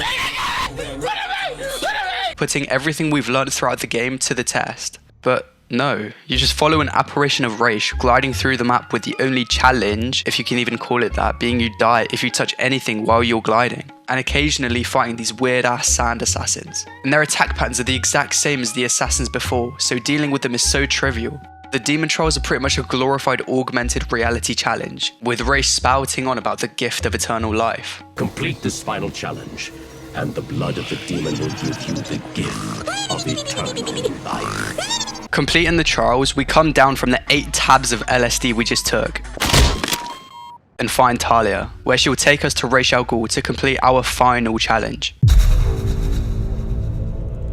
Entering, we see Ra's standing in front of the Lazarus pit, looking like your average wasteland resident. He tells Batman to kill him and replace him, but Batman goes against what he promised, making Talia angry at him for lying. He explains to them that he needed Ra's blood for the cure. Ra's offers Batman to kill him one last time, but after Batman rejects him again, Ra's falls into the Lazarus pit, and the camera cuts to Wonder Tower, showing how it's connected and how it helps amplify the effects of the pit. Once Ra's emerges from the Lazarus pit, regenerated to a younger version of himself, the environment around us starts to crumble, putting us into a boss fight with him. The boss fight here is actually pretty decent. The fight is split up into 2 phases, where in the first phase you have to fight multiple sand assassins, with one of them being Ra's, until eventually you reach the main focus of the fight, where you can actually do damage. Ra's will sit in the middle of the arena with a bigger version of him throwing ninja stars and sending a row of swords at you that you have to dodge. In order to do damage, you have to quickfire the remote electrical charge and time it so it hits in between the gaps of the sand assassins that are guarding Ra's, looking like that one GTA mod. Fuck! Defeating him in this form, Ra's will lunge at Batman, unleashing a flurry of strikes that you have to counter until Batman and Ra's will have a standoff, with Talia walking around them trying to convince Batman to join the League of Assassins and kill Ra's for good. My father is old. His time is over. Ours is just beginning. Take his blade. Kill him. Accept your destiny.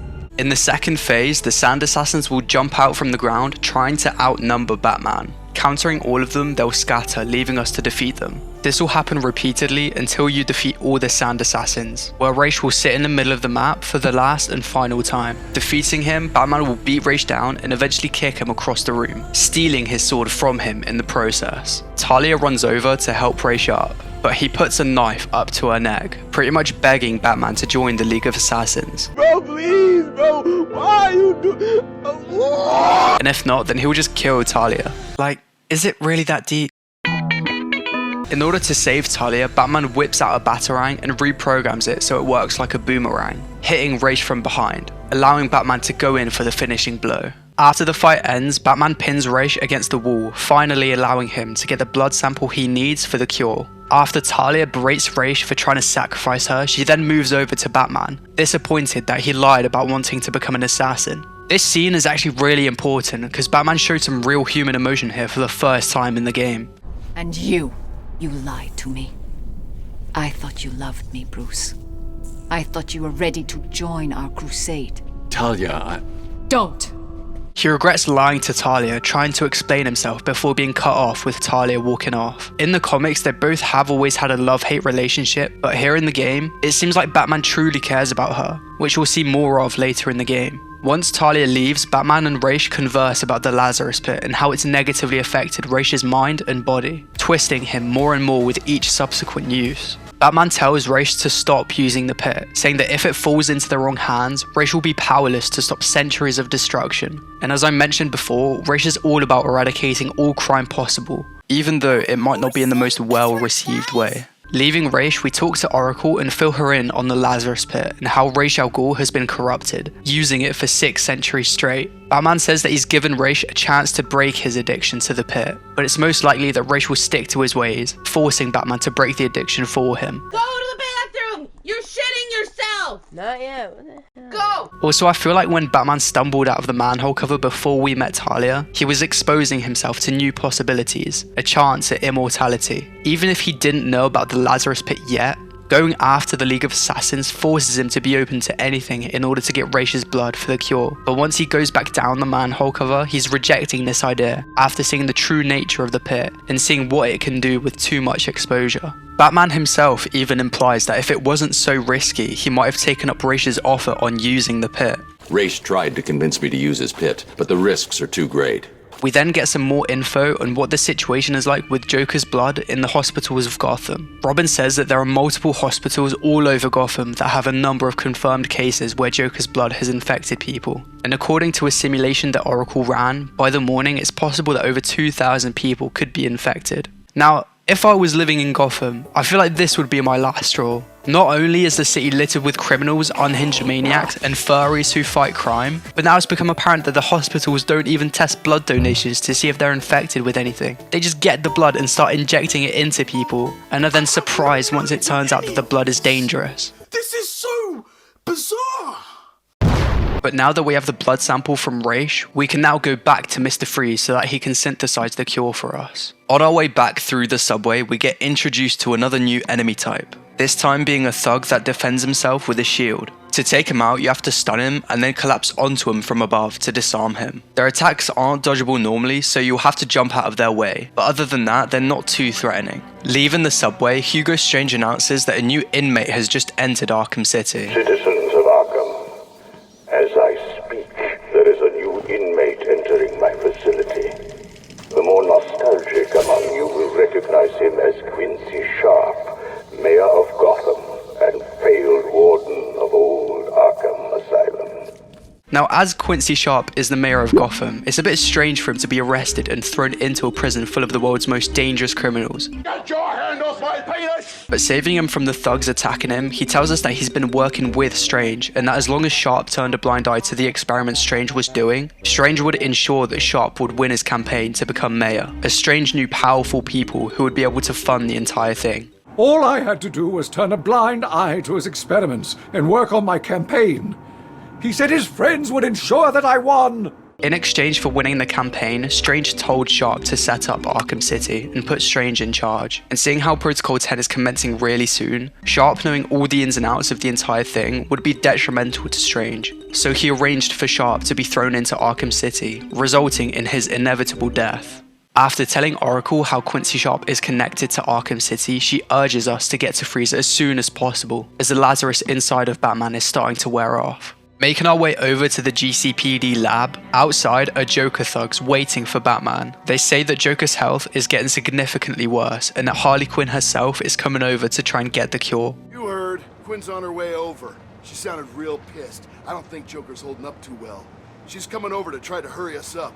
Taking him out and making our way inside, we give the blood sample to Freeze, and he successfully makes 2 cures from it. Asking for the cure, you know, respectfully, as we had to fight an immortal addict in order for the cure to be synthesized, Freeze just destroys one of the vials, with his justification being that Batman has to now go and bring Freeze's wife back from the Joker. With this obviously not being a part of the plan, we get put into a boss fight against Freeze. What is that, like 3 boss fights in a row?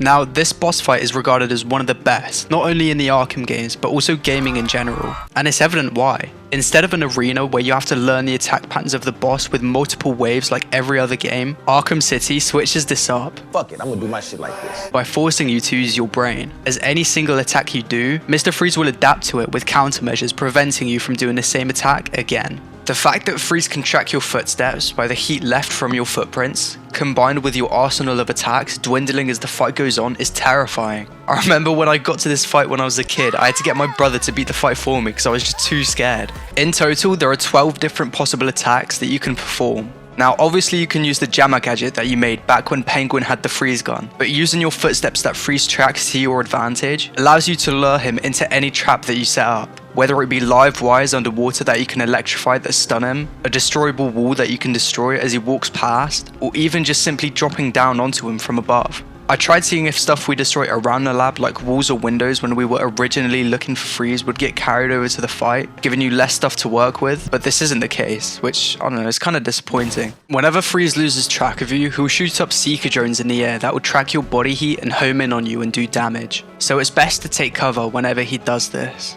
One cool little detail about this fight is that all around the lab are actually eye sculptures of Freeze's wife, and destroying them evokes a reaction from Freeze. Pinning Freeze down for the last time in the fight and punching his helmet repeatedly to defeat him, Freeze's face will change to Joker's, showing that the toxin isn't just affecting Batman physically, but also mentally. After defeating Freeze and opening the safe for the last cure, it's revealed that it's been stolen by Harley Quinn. Getting into the steel mill won't be as easy as it was last time, as the entire location's security has been beefed up to the max. Freeze gives us a new gadget called the freeze blast grenades that we can use to look for another way into the steel mill. Throwing these on leaking gas pipes will freeze them over, allowing us to access parts of the map we normally wouldn't be able to access. And also throwing them down into water gives us a platform that we can use to maneuver ourselves around, kind of like the platform back at the museum. Using the grenades in combat also freezes the enemy, making them unable to move for a second. Or, if you're a massive brain gamer like me, you can break the laws of physics and escape from Arkham City. GG dickheads, I've just unlocked a secret ending. Leaving Freeze's lab, outside we're met with a news helicopter that has Vicky Vale inside. Joker called them up anonymously to tell them our location, and then proceeds to shoot down the helicopter, causing it to crash land inside of Arkham City. Going over to the crash site, the helicopter is surrounded by snipers shooting at Vicky Vale. Taking him out and saving her, she asks if we can provide any exclusive info for her news show. Declining, the camera cuts to a shot of the Mad Hatter, which is kinda confusing seeing as he has nothing to do with the main story, and only has one side mission that spawns after you stop talking to Vicky Vale. Joker will eventually start talking, telling Batman how he shot down the helicopter because he needed to make sure that Harley Quinn had enough time to get back to him with the cure, and that Batman wouldn't catch up to her.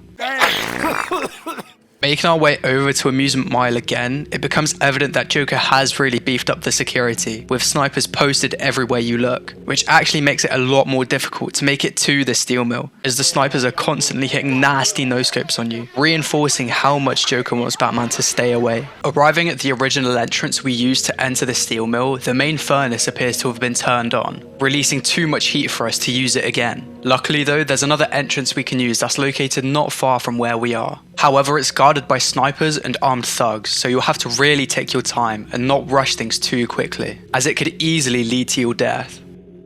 Making it inside the steel mill, here is where the freeze grenade that we got earlier will really become useful, as it's pretty much our only way of moving through the rapid waters below. As we make our way to try and get to the Joker, Oracle lets us know that Strange is summoning all city officials to City Hall, requesting that Protocol 10 be activated. I just heard from my dad. He's been summoned to City Hall. Strange is requesting that Emergency Protocol 10 is activated. She says that he lies to them and that he failed to stop the use of illegal weapons inside of Arkham City, when truly he just provided the weapons all along. He then continues saying that it looks like the inmates are planning a mass escape and attack on Gotham, not really giving them a choice, forcing them to agree on the activation of Protocol 10. Once we make it to the main area of the steel mill, taking out some thugs, a video of Joker will appear on the screens, looking surprisingly healthy, as if he already took the last cure. If you watch a little longer, it becomes apparent that things aren't really what they seem. The camera recording Joker isn't stationary, it's moving around, so clearly someone's holding it. At first you would think it's Harley Quinn, but halfway through the video, the person holding the camera starts to cough, shaking the camera in the process. They tell you what it's all about. Would you be happy? At the same time, the Joker on screen is talking about how he managed to get better so quickly, but is extremely cryptic and not giving anything away. Instead, telling viewers to brace themselves for disappointment and giving an example of how TV shows will set up these long storylines full of ups and downs and then explain everything right at the end. Now, it's fairly obvious that this is foreshadowing to the end of the game, but for now, our main priority is to get that cure. Moving through even more of the steel mill, eventually we'll find the doctor we saved when we were in the steel mill for the first time. She tells us that she stayed hidden and kept an eye on what Joker and his thugs have been doing, saying that they've been placing mines down on the floor in the room next to us, which will be a common occurrence throughout the steel mill from now on, so you'll have to be careful. Eventually we'll find Harley Quinn, who is tied up for some reason. We're given the option to take the tape off her mouth, and doing so she will tell us that Joker took something from Freeze and locked it inside of the boiler room. This gives us a side mission where we can get the Freeze cluster grenades, which is similar to the standard Freeze blast grenades but has an area of effect that freezes enemies' feet in place, making them unable to move for a pretty decent amount of time. The item description for the cluster grenades also says that any frozen enemies are still free to attack as their torsos are unfrozen, but I'm pretty sure this is just straight up false, as all they do once they're frozen is fumble about. He can't use a stun. Going back to Harley, it's not explained as to why she's tied up, but with events that will soon come around, it'll all make sense. Leaving Harley, we make it to the loading bay of the steel mill. It's guarded by a bunch of thugs with snipers looking over the entire room. If you have the firearm jammer upgrade for the disruptor, then you can make the snipers harmless, allowing you to take all the thugs out no problem. After taking out the thugs, we can grapple up to the manager's office and actually explore it now. The only notable things are Harley Quinn's costume from Arkham Asylum is displayed on a mannequin, and on the floor next to it is a positive pregnancy test, implying that Harley and Joker are gonna have a kid. In the Harley Quinn's Revenge DLC that takes place after the events of Arkham City, we can go into the same room where we can see the same positive pregnancy test. But this time in the center of the room, there's a baby crib that contains a ventriloquist Scarface doll, alongside a bunch of negative pregnancy tests, explaining that the original test was just a false positive all along. If you beat the main game in New Game Plus, during the credits you'll be able to hear Harley singing a twisted version of Hush Little Baby. Hush, little baby, don't say a word. Mama's gonna kill for you the whole damn world. Now you could chalk this up to be that she's just crazy, but it could be that she's singing to the Scarface doll, distraught over the fact that she isn't having a real child. On the floor of the manager's office, green arrows can be seen, pointing to a door, looking identical to the green spray paint that Joker had in Arkham Asylum. Going towards the door, at the same time, Hugo Strange announces that Protocol 10 will commence in 10 minutes. Protocol 10 will commence in 10 minutes. And with Batman having to get the cure back from Joker and try to stop Protocol 10 all in 10 minutes, it's really looking like he won't be able to make it in time. Then let Protocol 10 commence. Entering the door, Joker is seen standing in front of a mirror, applying his iconic makeup to his fucked face. Once Batman asks where the cure is, Joker starts going on about manners and some other bullshit. But once he turns around, instead of seeing his pizza face, we see a perfect Joker without any ailments. After this, we're thrown into a fight against Joker, which is a first for the Arkham games, as previously we could only fight him when he was in his Titan form in Arkham Asylum. The fight here seems pretty one-sided, as we beat Joker to a pulp. Get the fuck out of here! Knocking him down, he pretends to surrender, when really more of his thugs come down to try and overpower us. This big ass crowd fight is just straight AIDS, as we have to deal with the normal Joker thugs, Mr. Hammer, Joker himself, and a whole ass Titan thug. Not only do we have to deal with that, but from time to time, roller coaster carts will come flying across the room, and if you're in the way, they will damage you, chipping away at your health. And believe me, you do not want to be taking any unnecessary damage during this fight. Once we take out everyone else, we're left alone with Joker. With him on the ground, Batman now has the perfect opportunity to stop him. But conveniently, rubble comes down from above for some inexplicable reason, crushing Batman. Pulling out a knife, Joker comes up to Batman about to kill him, but Talia comes out from behind, distracting Joker, saying that if he frees Batman, she'll show him the Lazarus Pit, allowing him to be immortal. Just as both of them are about to leave, Talia stands near Batman, telling him that he could have had the chance to be immortal but wasted it, instead telling him to follow his heart, activating the tracker that Batman placed on the assassin, allowing us to follow Talia once Batman gets out from the rubble. Seeing Talia here in the steel mill actually explains as to why we saw Harley Quinn tied up earlier. Talia followed us from Wonder City up to Arkham City, and when Harley stole the cure from us when we were fighting Freeze, Talia followed Harley to the steel mill, and once she caught up to her, she stole the cure back and then left her tied up. Once Talia and Joker leave, the game fades to black and transitions us to the last and final Catwoman segment. We see Catwoman still restrained, talking to Poison Ivy, and it turns out that this whole feud between them that we've had to endure for the entire game is all over some flowers that haven't been watered. Are we not done yet, Ivy? I told you that thing with the flowers wasn't my fault. You know it, I know it. You should have watered them. You said you would water them. Women. We don't know why Ivy is obsessed with these plants, only that the last one is being kept in Strange's vault. And with Catwoman needing a way into the vault, she strikes a deal with Poison Ivy, saying that if she gets her in, then Catwoman will recover the plants for her. Making our way over to the entrance of the vault, it's guarded by some Tiger Guards who are radioing to their command, saying that Poison Ivy managed to infiltrate and compromise the vault. Taking them out and going down into the vault, the first thing you'll notice is that for some reason, the sound of the water splashing from the footsteps sounds like complete ass.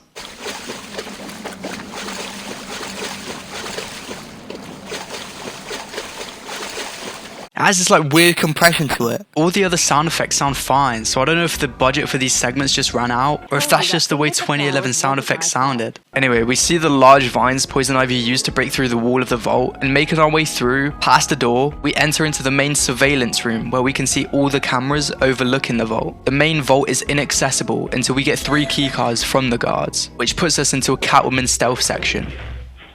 Doing a stealth section as Catwoman is fine, but it's nowhere near as fluid and versatile as Batman's. Your only real option here is to just hide from the guards until they walk to a part of the map where they're alone and where you can steal the keycard from them.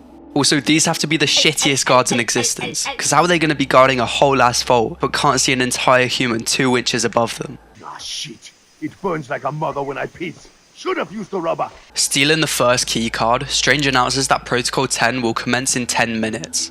Protocol 10 will commence in 10 minutes. Communicating to us that as Catwoman is trying to get access to the vault, Batman is fighting Joker and his thugs at the same time. Stealing all 3 keycards and making it back to the surveillance room, we can open the main vault. The guards understandably are confused and begin to spread out, trying to find any intruders. We now have to go out and take out all the guards that we just stole the keycards from. I guess the only real benefit of doing a stealth section here as Catwoman is that you can use the ceiling to crawl around, allowing you to take down any guard anywhere. Although instead of going back up to the ceiling, Catwoman just drops down, which is really annoying. As we're taking out the last couple of guards, over the intercom we can hear Strange conversing with another guard about Batman being in the steel mill. Strange acknowledges this and says to make the steel mill the first target before telling the guards to commence Protocol 10. This is Tiger 5-4. We have confirmation that target is in the steel mill. I repeat, Batman is in the steel mill. Good. Make it our first target. Protocol 10 will wipe both the Batman and the Joker from this Earth. Target is set. Then let Protocol 10 commence. Entering the vault, we're presented with 2 briefcases that Catwoman was after and the plant that Poison Ivy wanted. Interacting with the plant, Catwoman just destroys it. Like, why?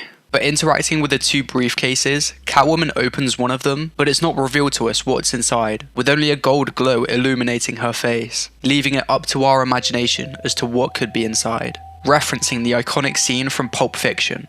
Vincent! We happy? As we're about to take the briefcases, we're ambushed by Tiger Guards. This fight isn't nearly as difficult as the one Batman is going through while we're in here, so it's a bit of a snooze fest.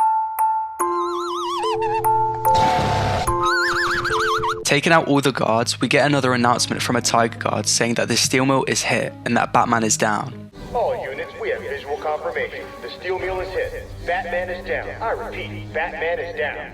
Which finally reveals as to where the rubble came from earlier. Picking up the briefcases, as we go to exit the vault, we see an image of Batman on the screen as he's crushed by the rubble.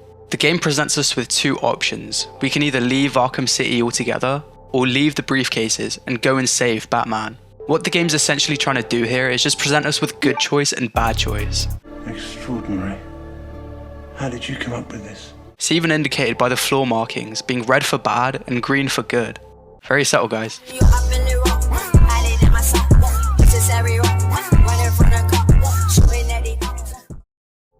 Choosing the bad ending, Catwoman leaves the vault, Arkham City, and Batman to perish all together, exiting onto the streets of Gotham.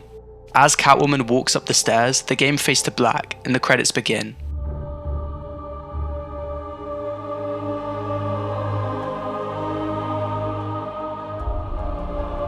The music here is depressing. The whole build-up for the game has just been made null because of Catwoman's selfishness. As the credits go on, eventually we can hear a voicemail from Barbara Gordon.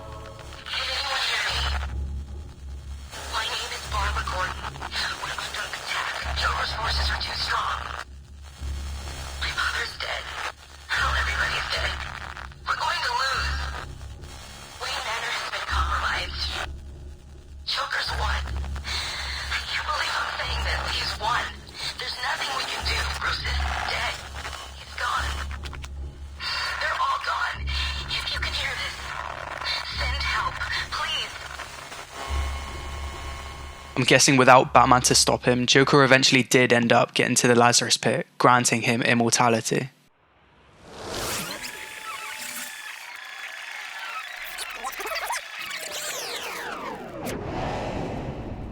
After the credits end, we rewind back to when we picked up the briefcases, reverting our choice. Trying to go for the bad ending again, the game stops us and forces us into the good ending. Leaving the briefcases and the vault, Catwoman eventually makes it to the steel mill. Helping Batman lift the rubble, he jokes with Catwoman. Figured you could use my help. You're right. I think I chipped a nail back there. Calling back to when we saved Catwoman in the courthouse at the beginning of the game. I figured you could use my help, Selina. You're right. I think I chipped a nail back there. This also makes Batman realize that for once, he's the one being saved. Yes, how about the kiss? What? After pushing away any help he's been offered all game, his luck finally got the better of him, to the point where he has no choice but to accept help from Catwoman. So technically, Catwoman's the true hero of the story, because without her, everything would go to shit. Emerging from the steel mill, Batman is dead set on wanting to go after Talia and save her from Joker first, even though Protocol 10 is actively killing everyone in Arkham City. Emergency, I just got fucking hit. Both Oracle and Alfred are trying to convince him to stop Protocol 10 first, as it's the right thing to do. You need to think this through. Batman can't let all these people die. My tracker's not activating. Reroute all Wayne Tech satellites to boost the signal. I can't do that. I realize it is difficult, Sam. But you need to decide if one life is worth sacrificing to save 1,000. Don't do this, Alfred. Batman must save Gotham. This side of Batman is one that we rarely get to see. We always see him as this cold, stoic character. So him prioritizing someone he's in a relationship with over saving an entire city is very out of character for him. It's very easy to forget that under the mask, Batman is still Bruce Wayne. Now you can say that Batman is his true identity and Bruce Wayne is the real disguise, but he's still human, and emotions can overshadow what's more important. This decision that Batman is having to deliberate on is very similar to the trolley problem, which I'm sure you've all seen and heard of, but it's basically a thought experiment where a train is on course to hit 5 people, or a bystander could switch the tracks and make it just hit 1 person instead. There's never a true right answer with this, as there's always someone that gets sacrificed. I think having this paradox in the game is cool, but I reckon it would have been a lot cooler if the decision was ultimately up to the player, to save Talia first or stop Protocol 10 first. But it's a 2011 game. Player choice isn't exactly at the forefront, so I'm not going to fault the game for not having this. Batman is eventually convinced into stopping Protocol 10 first. In order to stop it, we have to get into Wonder Tower, but without any codes, this task is pretty much impossible. Wrong. Luckily, there should be a helicopter around that we can hack that should have the access codes. Flying over Arkham City to try and find this helicopter, we can see the true extent of the damage being done, with Tiger Guards announcing how many casualties they've counted so far. It's successful. Multiple inmate casualties.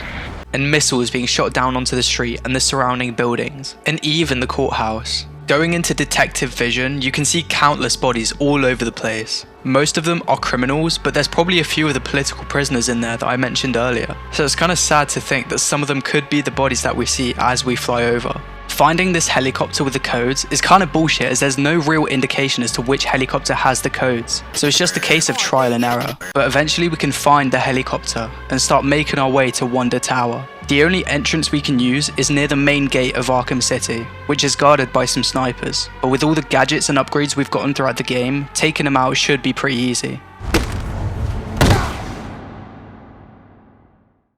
Hacking a gate open and descending further to get to Wonder Tower, we eventually make it to the processing room of Arkham City, bringing us full circle back to where the game started. Inside, we see some political prisoners being held captive by a bunch of Tiger Guards. We're also shown that one of them is equipped with a stun baton. Trying to attack them from the front, you would just be stunned with only a small portion of your health being taken away. But if you get caught off guard and they do manage to hit you, then they will do a big chunk of damage. But taking them out isn't too bad, as you can just jump over them and attack them from behind. Taking out the guards, Strange will appear on the screen, holding a needle up to an innocent prisoner's neck, presumably some sort of poison. He starts monologuing to Batman, trying to get even more inside his head, saying that without the existence of him, criminals like the Joker wouldn't exist. I have a question for you. Before my arrival, this city was drowning under a tide of filth. Have you ever considered that all this is your fault? Your presence creates these animals. Like germs, they spread. You created the environment that allowed the germ to mutate, to become stronger. Look at the Joker. Would he even exist if not for you? Now this sounds like straight level 10 yap, but Strange is actually making a decent point here. What would the world look like if Batman didn't exist? The sheer existence of Batman spawns these villains that wreak havoc across Gotham. As Strange is talking, we get surrounded by Tiger Guards, armed with shields, guns, stun batons, and body armor. Strange finishes by saying that he will soon take his rightful place by his master's side. Soon, I will take my rightful place at my master's side. Confirming that there is someone behind the scenes that Strange has been working with. After this, we now have to fight all of the Tiger Guards. Every previous big fight in the game has been leading up to this, where we now have to use everything we've learned throughout the game to deal with the guards. Having to keep track of these enemies with such a wide variety of weapons, combined with more reinforcements coming halfway through the fight, can get a bit overwhelming. Va niquer ta grand-mère! Va-tu niquer tes morts! But taking out the most dangerous and annoying enemies first, such as the ones armed with guns and shields, is probably your best bet to deal with a fight. Taking out all the guards, Strange chimes in and says that Batman's efforts are pointless as he won't be able to stop the inevitable. A pointless effort, Dark Knight. You cannot stop the inevitable. One cool secret in this room that we weren't able to find earlier can be found going into a side room where you'll find a Tiger Guard strapped to a gurney. I'm pretty sure this is actually the same Tiger Guard that Strange was interrogating in a promo trailer for Hugo Strange, back when the game was originally coming out. We can also go back into the room where we were tied up to the chair as Bruce Wayne, but there's nothing in here of note apart from a Riddler trophy that you can get once you destroy the one-way mirror. Moving from the processing room down into the collapsed streets, we'll eventually make it to the base of Wanda Tower, where we saved that intern doctor. She's still here, and talking to her she tells us that at first Joker's men came and started setting up defenses, but then Tiger Guards showed up and started killing everyone. Batman says that it sounds like Strange is trying to cover his tracks before telling the doctor to hide again. Now we have to take out the guards below, and with this being one of the last stealth sections in the game, it's surprisingly easy. Well done. Protocol 10 is progressing beautifully.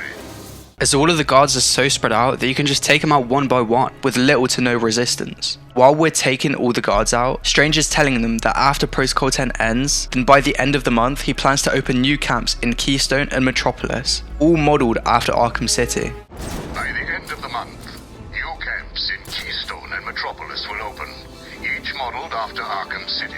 Drawing sinister parallels to the concentration camps that were set up in Poland and Germany during World War II. But taking out all the guards and taking the main elevator to go up the tower, eventually we'll have to traverse around the outside of Wonder Tower to get up to the top. While we're making our way up, we can see Arkham City in its entirety and the destruction caused by Protocol 10. Once we make it to the top of Wonder Tower, we finally reach Strange, who is hiding in the control room and is guarded by more Tiger Guards.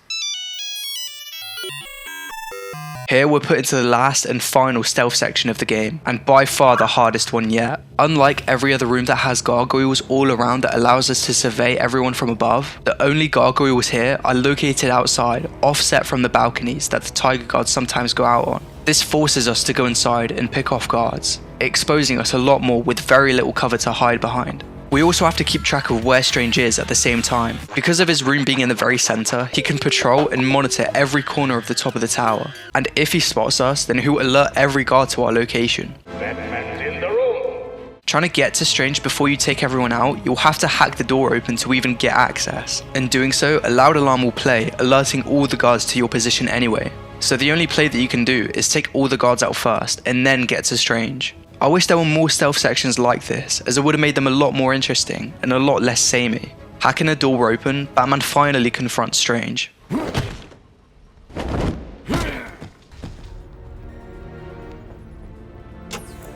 Oracle, shut this place down. My pleasure. You've ruined everything. Batman manages to stop Protocol 10 from causing any more destruction, but the damage is already done. Countless lives have already been taken. Strange acknowledges this by saying it's only the beginning. He says that because of his powerful friends, he'll be able to command an unstoppable army. He finishes by saying he's achieved what Batman could never do, attempt to kill every supercriminal in Gotham, before being stabbed through the chest, revealing that Ra's al Ghul was the man behind the scenes working with Strange, providing him with the resources to pull off Arkham City in the first place. This also reveals what Strange was talking about earlier, how he would take his rightful place by his master's side, meaning he would replace Ra's al Ghul. It's the Wait, what? But with Strange failing to see Raish's plan through, Raish again offers Batman one last chance to join him in his plan. Batman obviously declines, and Strange proceeds to activate Protocol 11, a failsafe in case Batman managed to breach Wonder Tower and stop Protocol 10.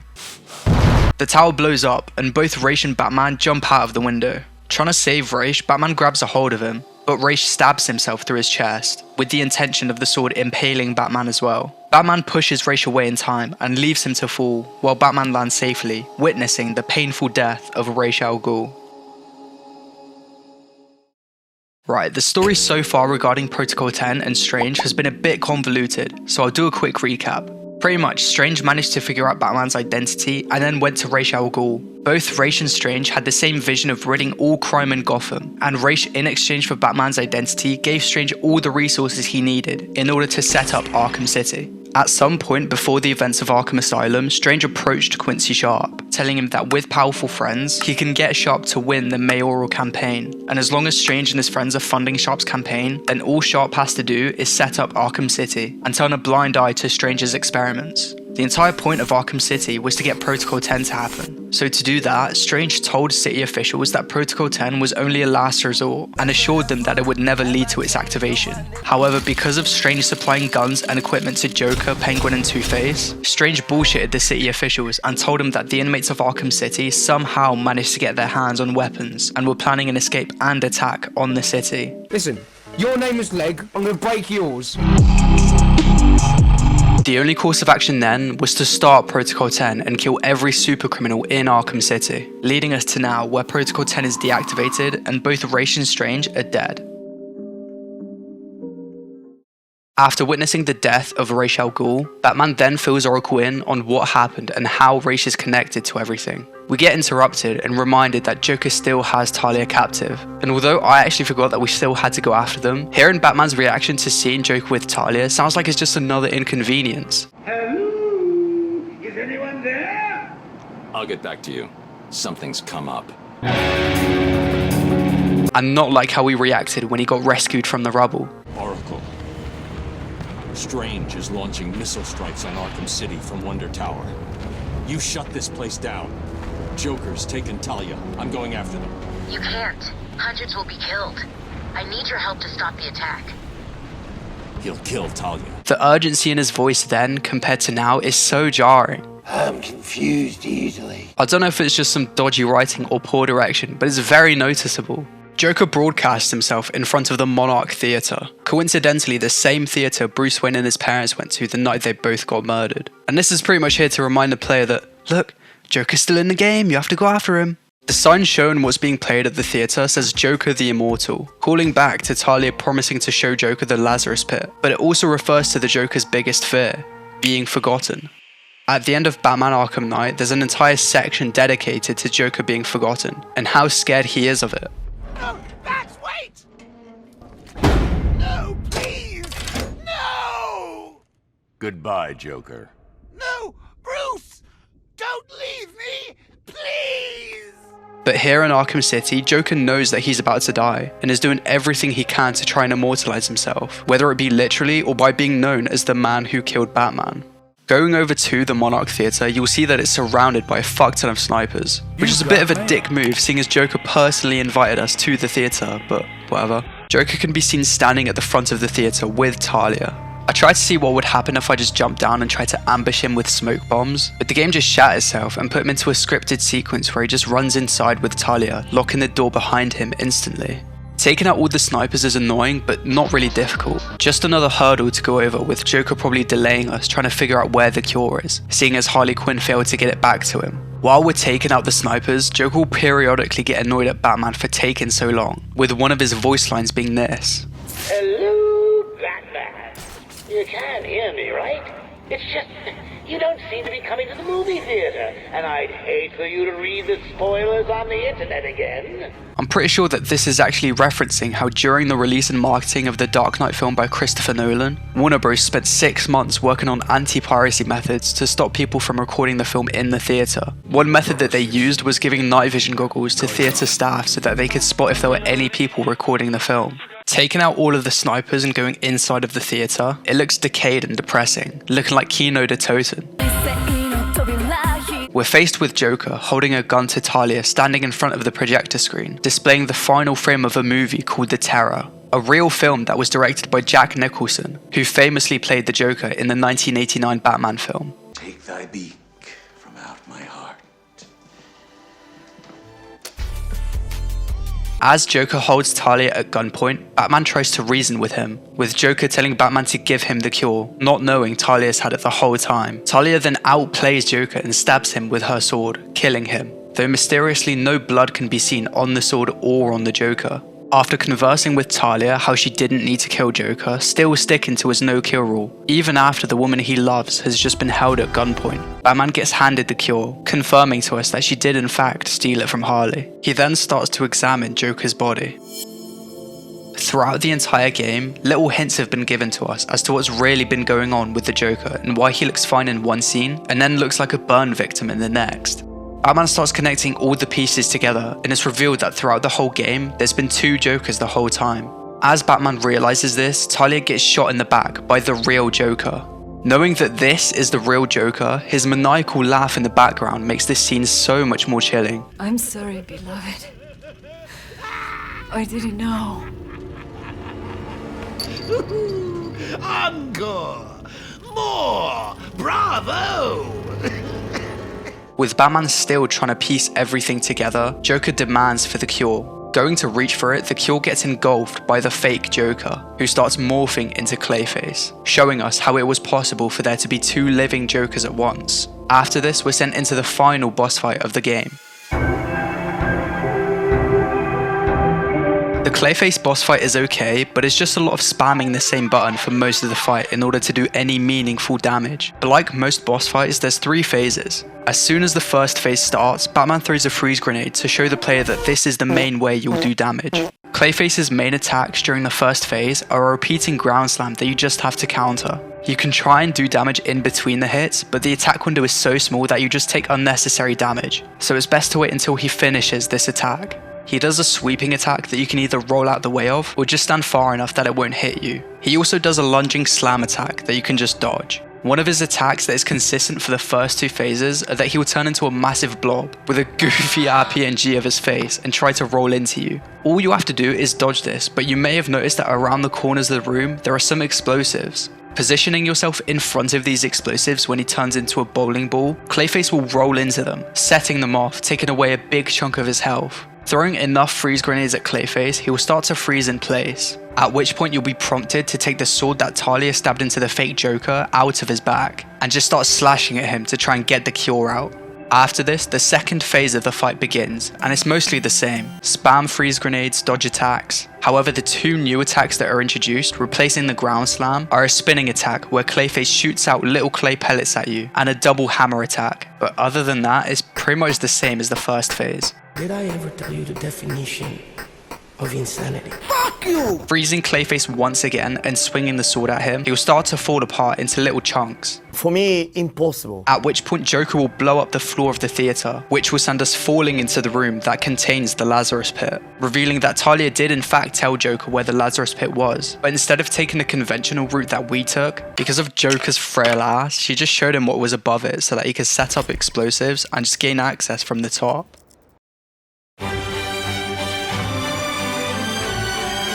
The third and final phase of the fight is a lot better than the first 2. Instead of fighting Clayface directly now, using Talia's sword, we instead fight clones of him that jump out from a puddle near the center. You'll notice that his health bar is now split into 2 sections. The red part shows the health of his clones, and the blue part shows Clayface's main health. Once we destroy enough of the clones, depleting the health bar, Clayface will emerge, at which point you'll just have to dash more freeze grenades at him. He'll spit more pellets at you, but once he's done, his mouth will just hang open, looking like he's in the biggest K-hole of his life. I'm on 12 Vicodins smoking on Scooby-Doo dick. Which will allow you to throw a freeze grenade directly into it, dealing a considerable amount of damage. This repeats until you drain Clayface's health bar completely. Doing so, he'll freeze once again, which will prompt Batman to jump directly into Clayface and get the cure out that way. I feel like this being the last boss fight of the game, it could have been so much better, if not for the first 2 phases that make it really repetitive and monotonous.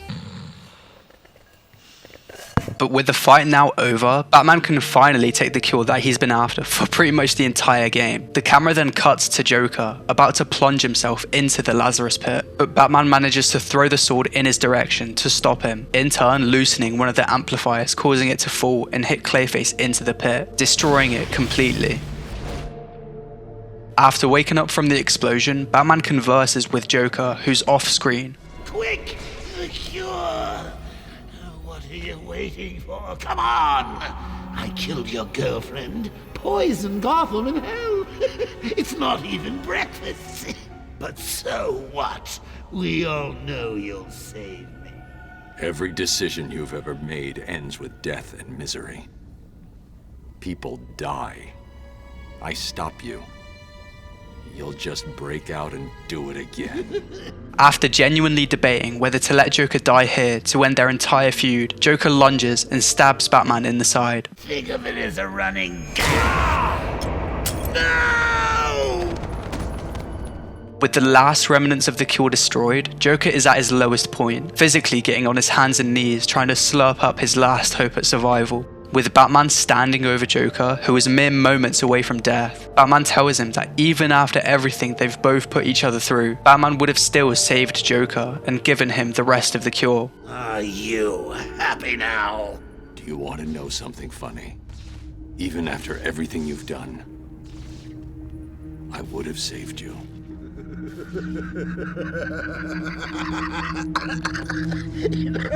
That actually is pretty funny.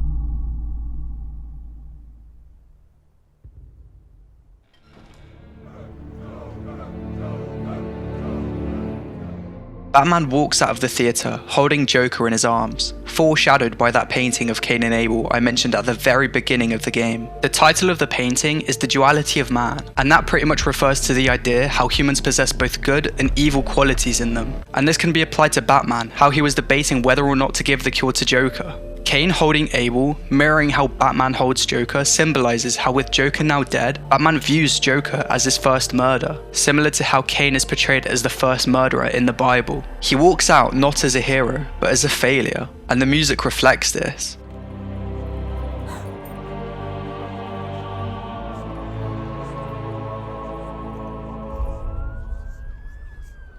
For this whole scene, Batman doesn't say a word, not even answering Commissioner Gordon as to what happened, because he knows he fucked up. The last thing he wanted was for this all to end in death. Unlike every other form of media where the hero saves both the love interest and the rest of the city, Arkham City flips this and shows us what it's like to see Batman actually fail. Throughout the whole game, we've witnessed time and time again how because of Batman's obsession with working alone and assuming that the Joker must be behind everything instead of going after Hugo Strange to begin with, he's only setting himself up for failure. With Batman failing and walking out of the theatre carrying a dead Joker with no context, the entire world will now view Batman differently. Both the criminals and civilians will think he killed the Joker. For their entire rivalry, Joker's main goal is to get Batman to kill. And I feel that with his last laugh before he dies, he realizes that he actually did manage to get Batman to indirectly kill him, even if it wasn't Batman's intention. Joker knows that once Batman feels like he killed someone, he will never be the same again.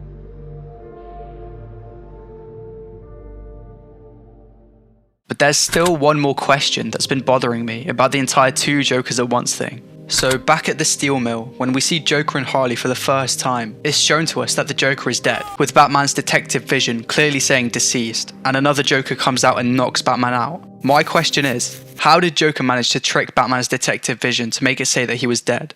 Well, my dear friends, I've got two theories to try and answer this. Theory 1.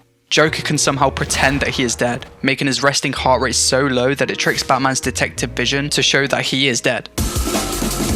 But with Joker's whole character being so erratic and hyper, this seems fairly unlikely. And then there's theory 2, and the one I think is most plausible.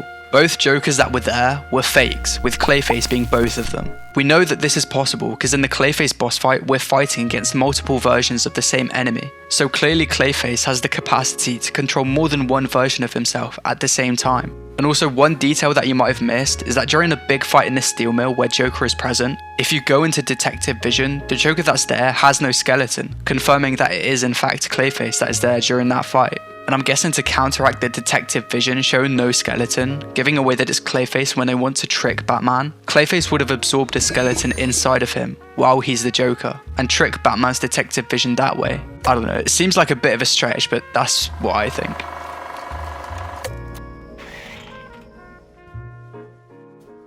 And that's pretty much it. There's another Catwoman segment after the end of the game, but it's only a setup to a side mission that you can do during free roam, and it doesn't add anything to the main story, so I don't really count it as an actual Catwoman segment. But if you made it to the end of this video, then honestly, thank you so much.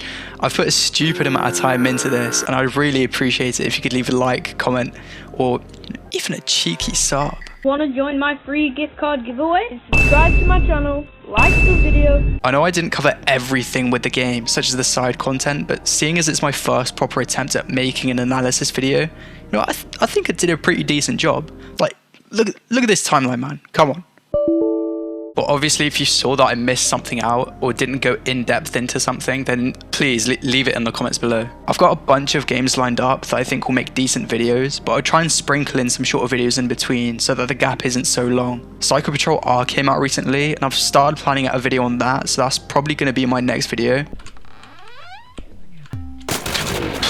Fuck's sake, I don't even have time to react, bro. But until then, thank you for watching, and in case I don't see ya, good afternoon, good evening, and good night.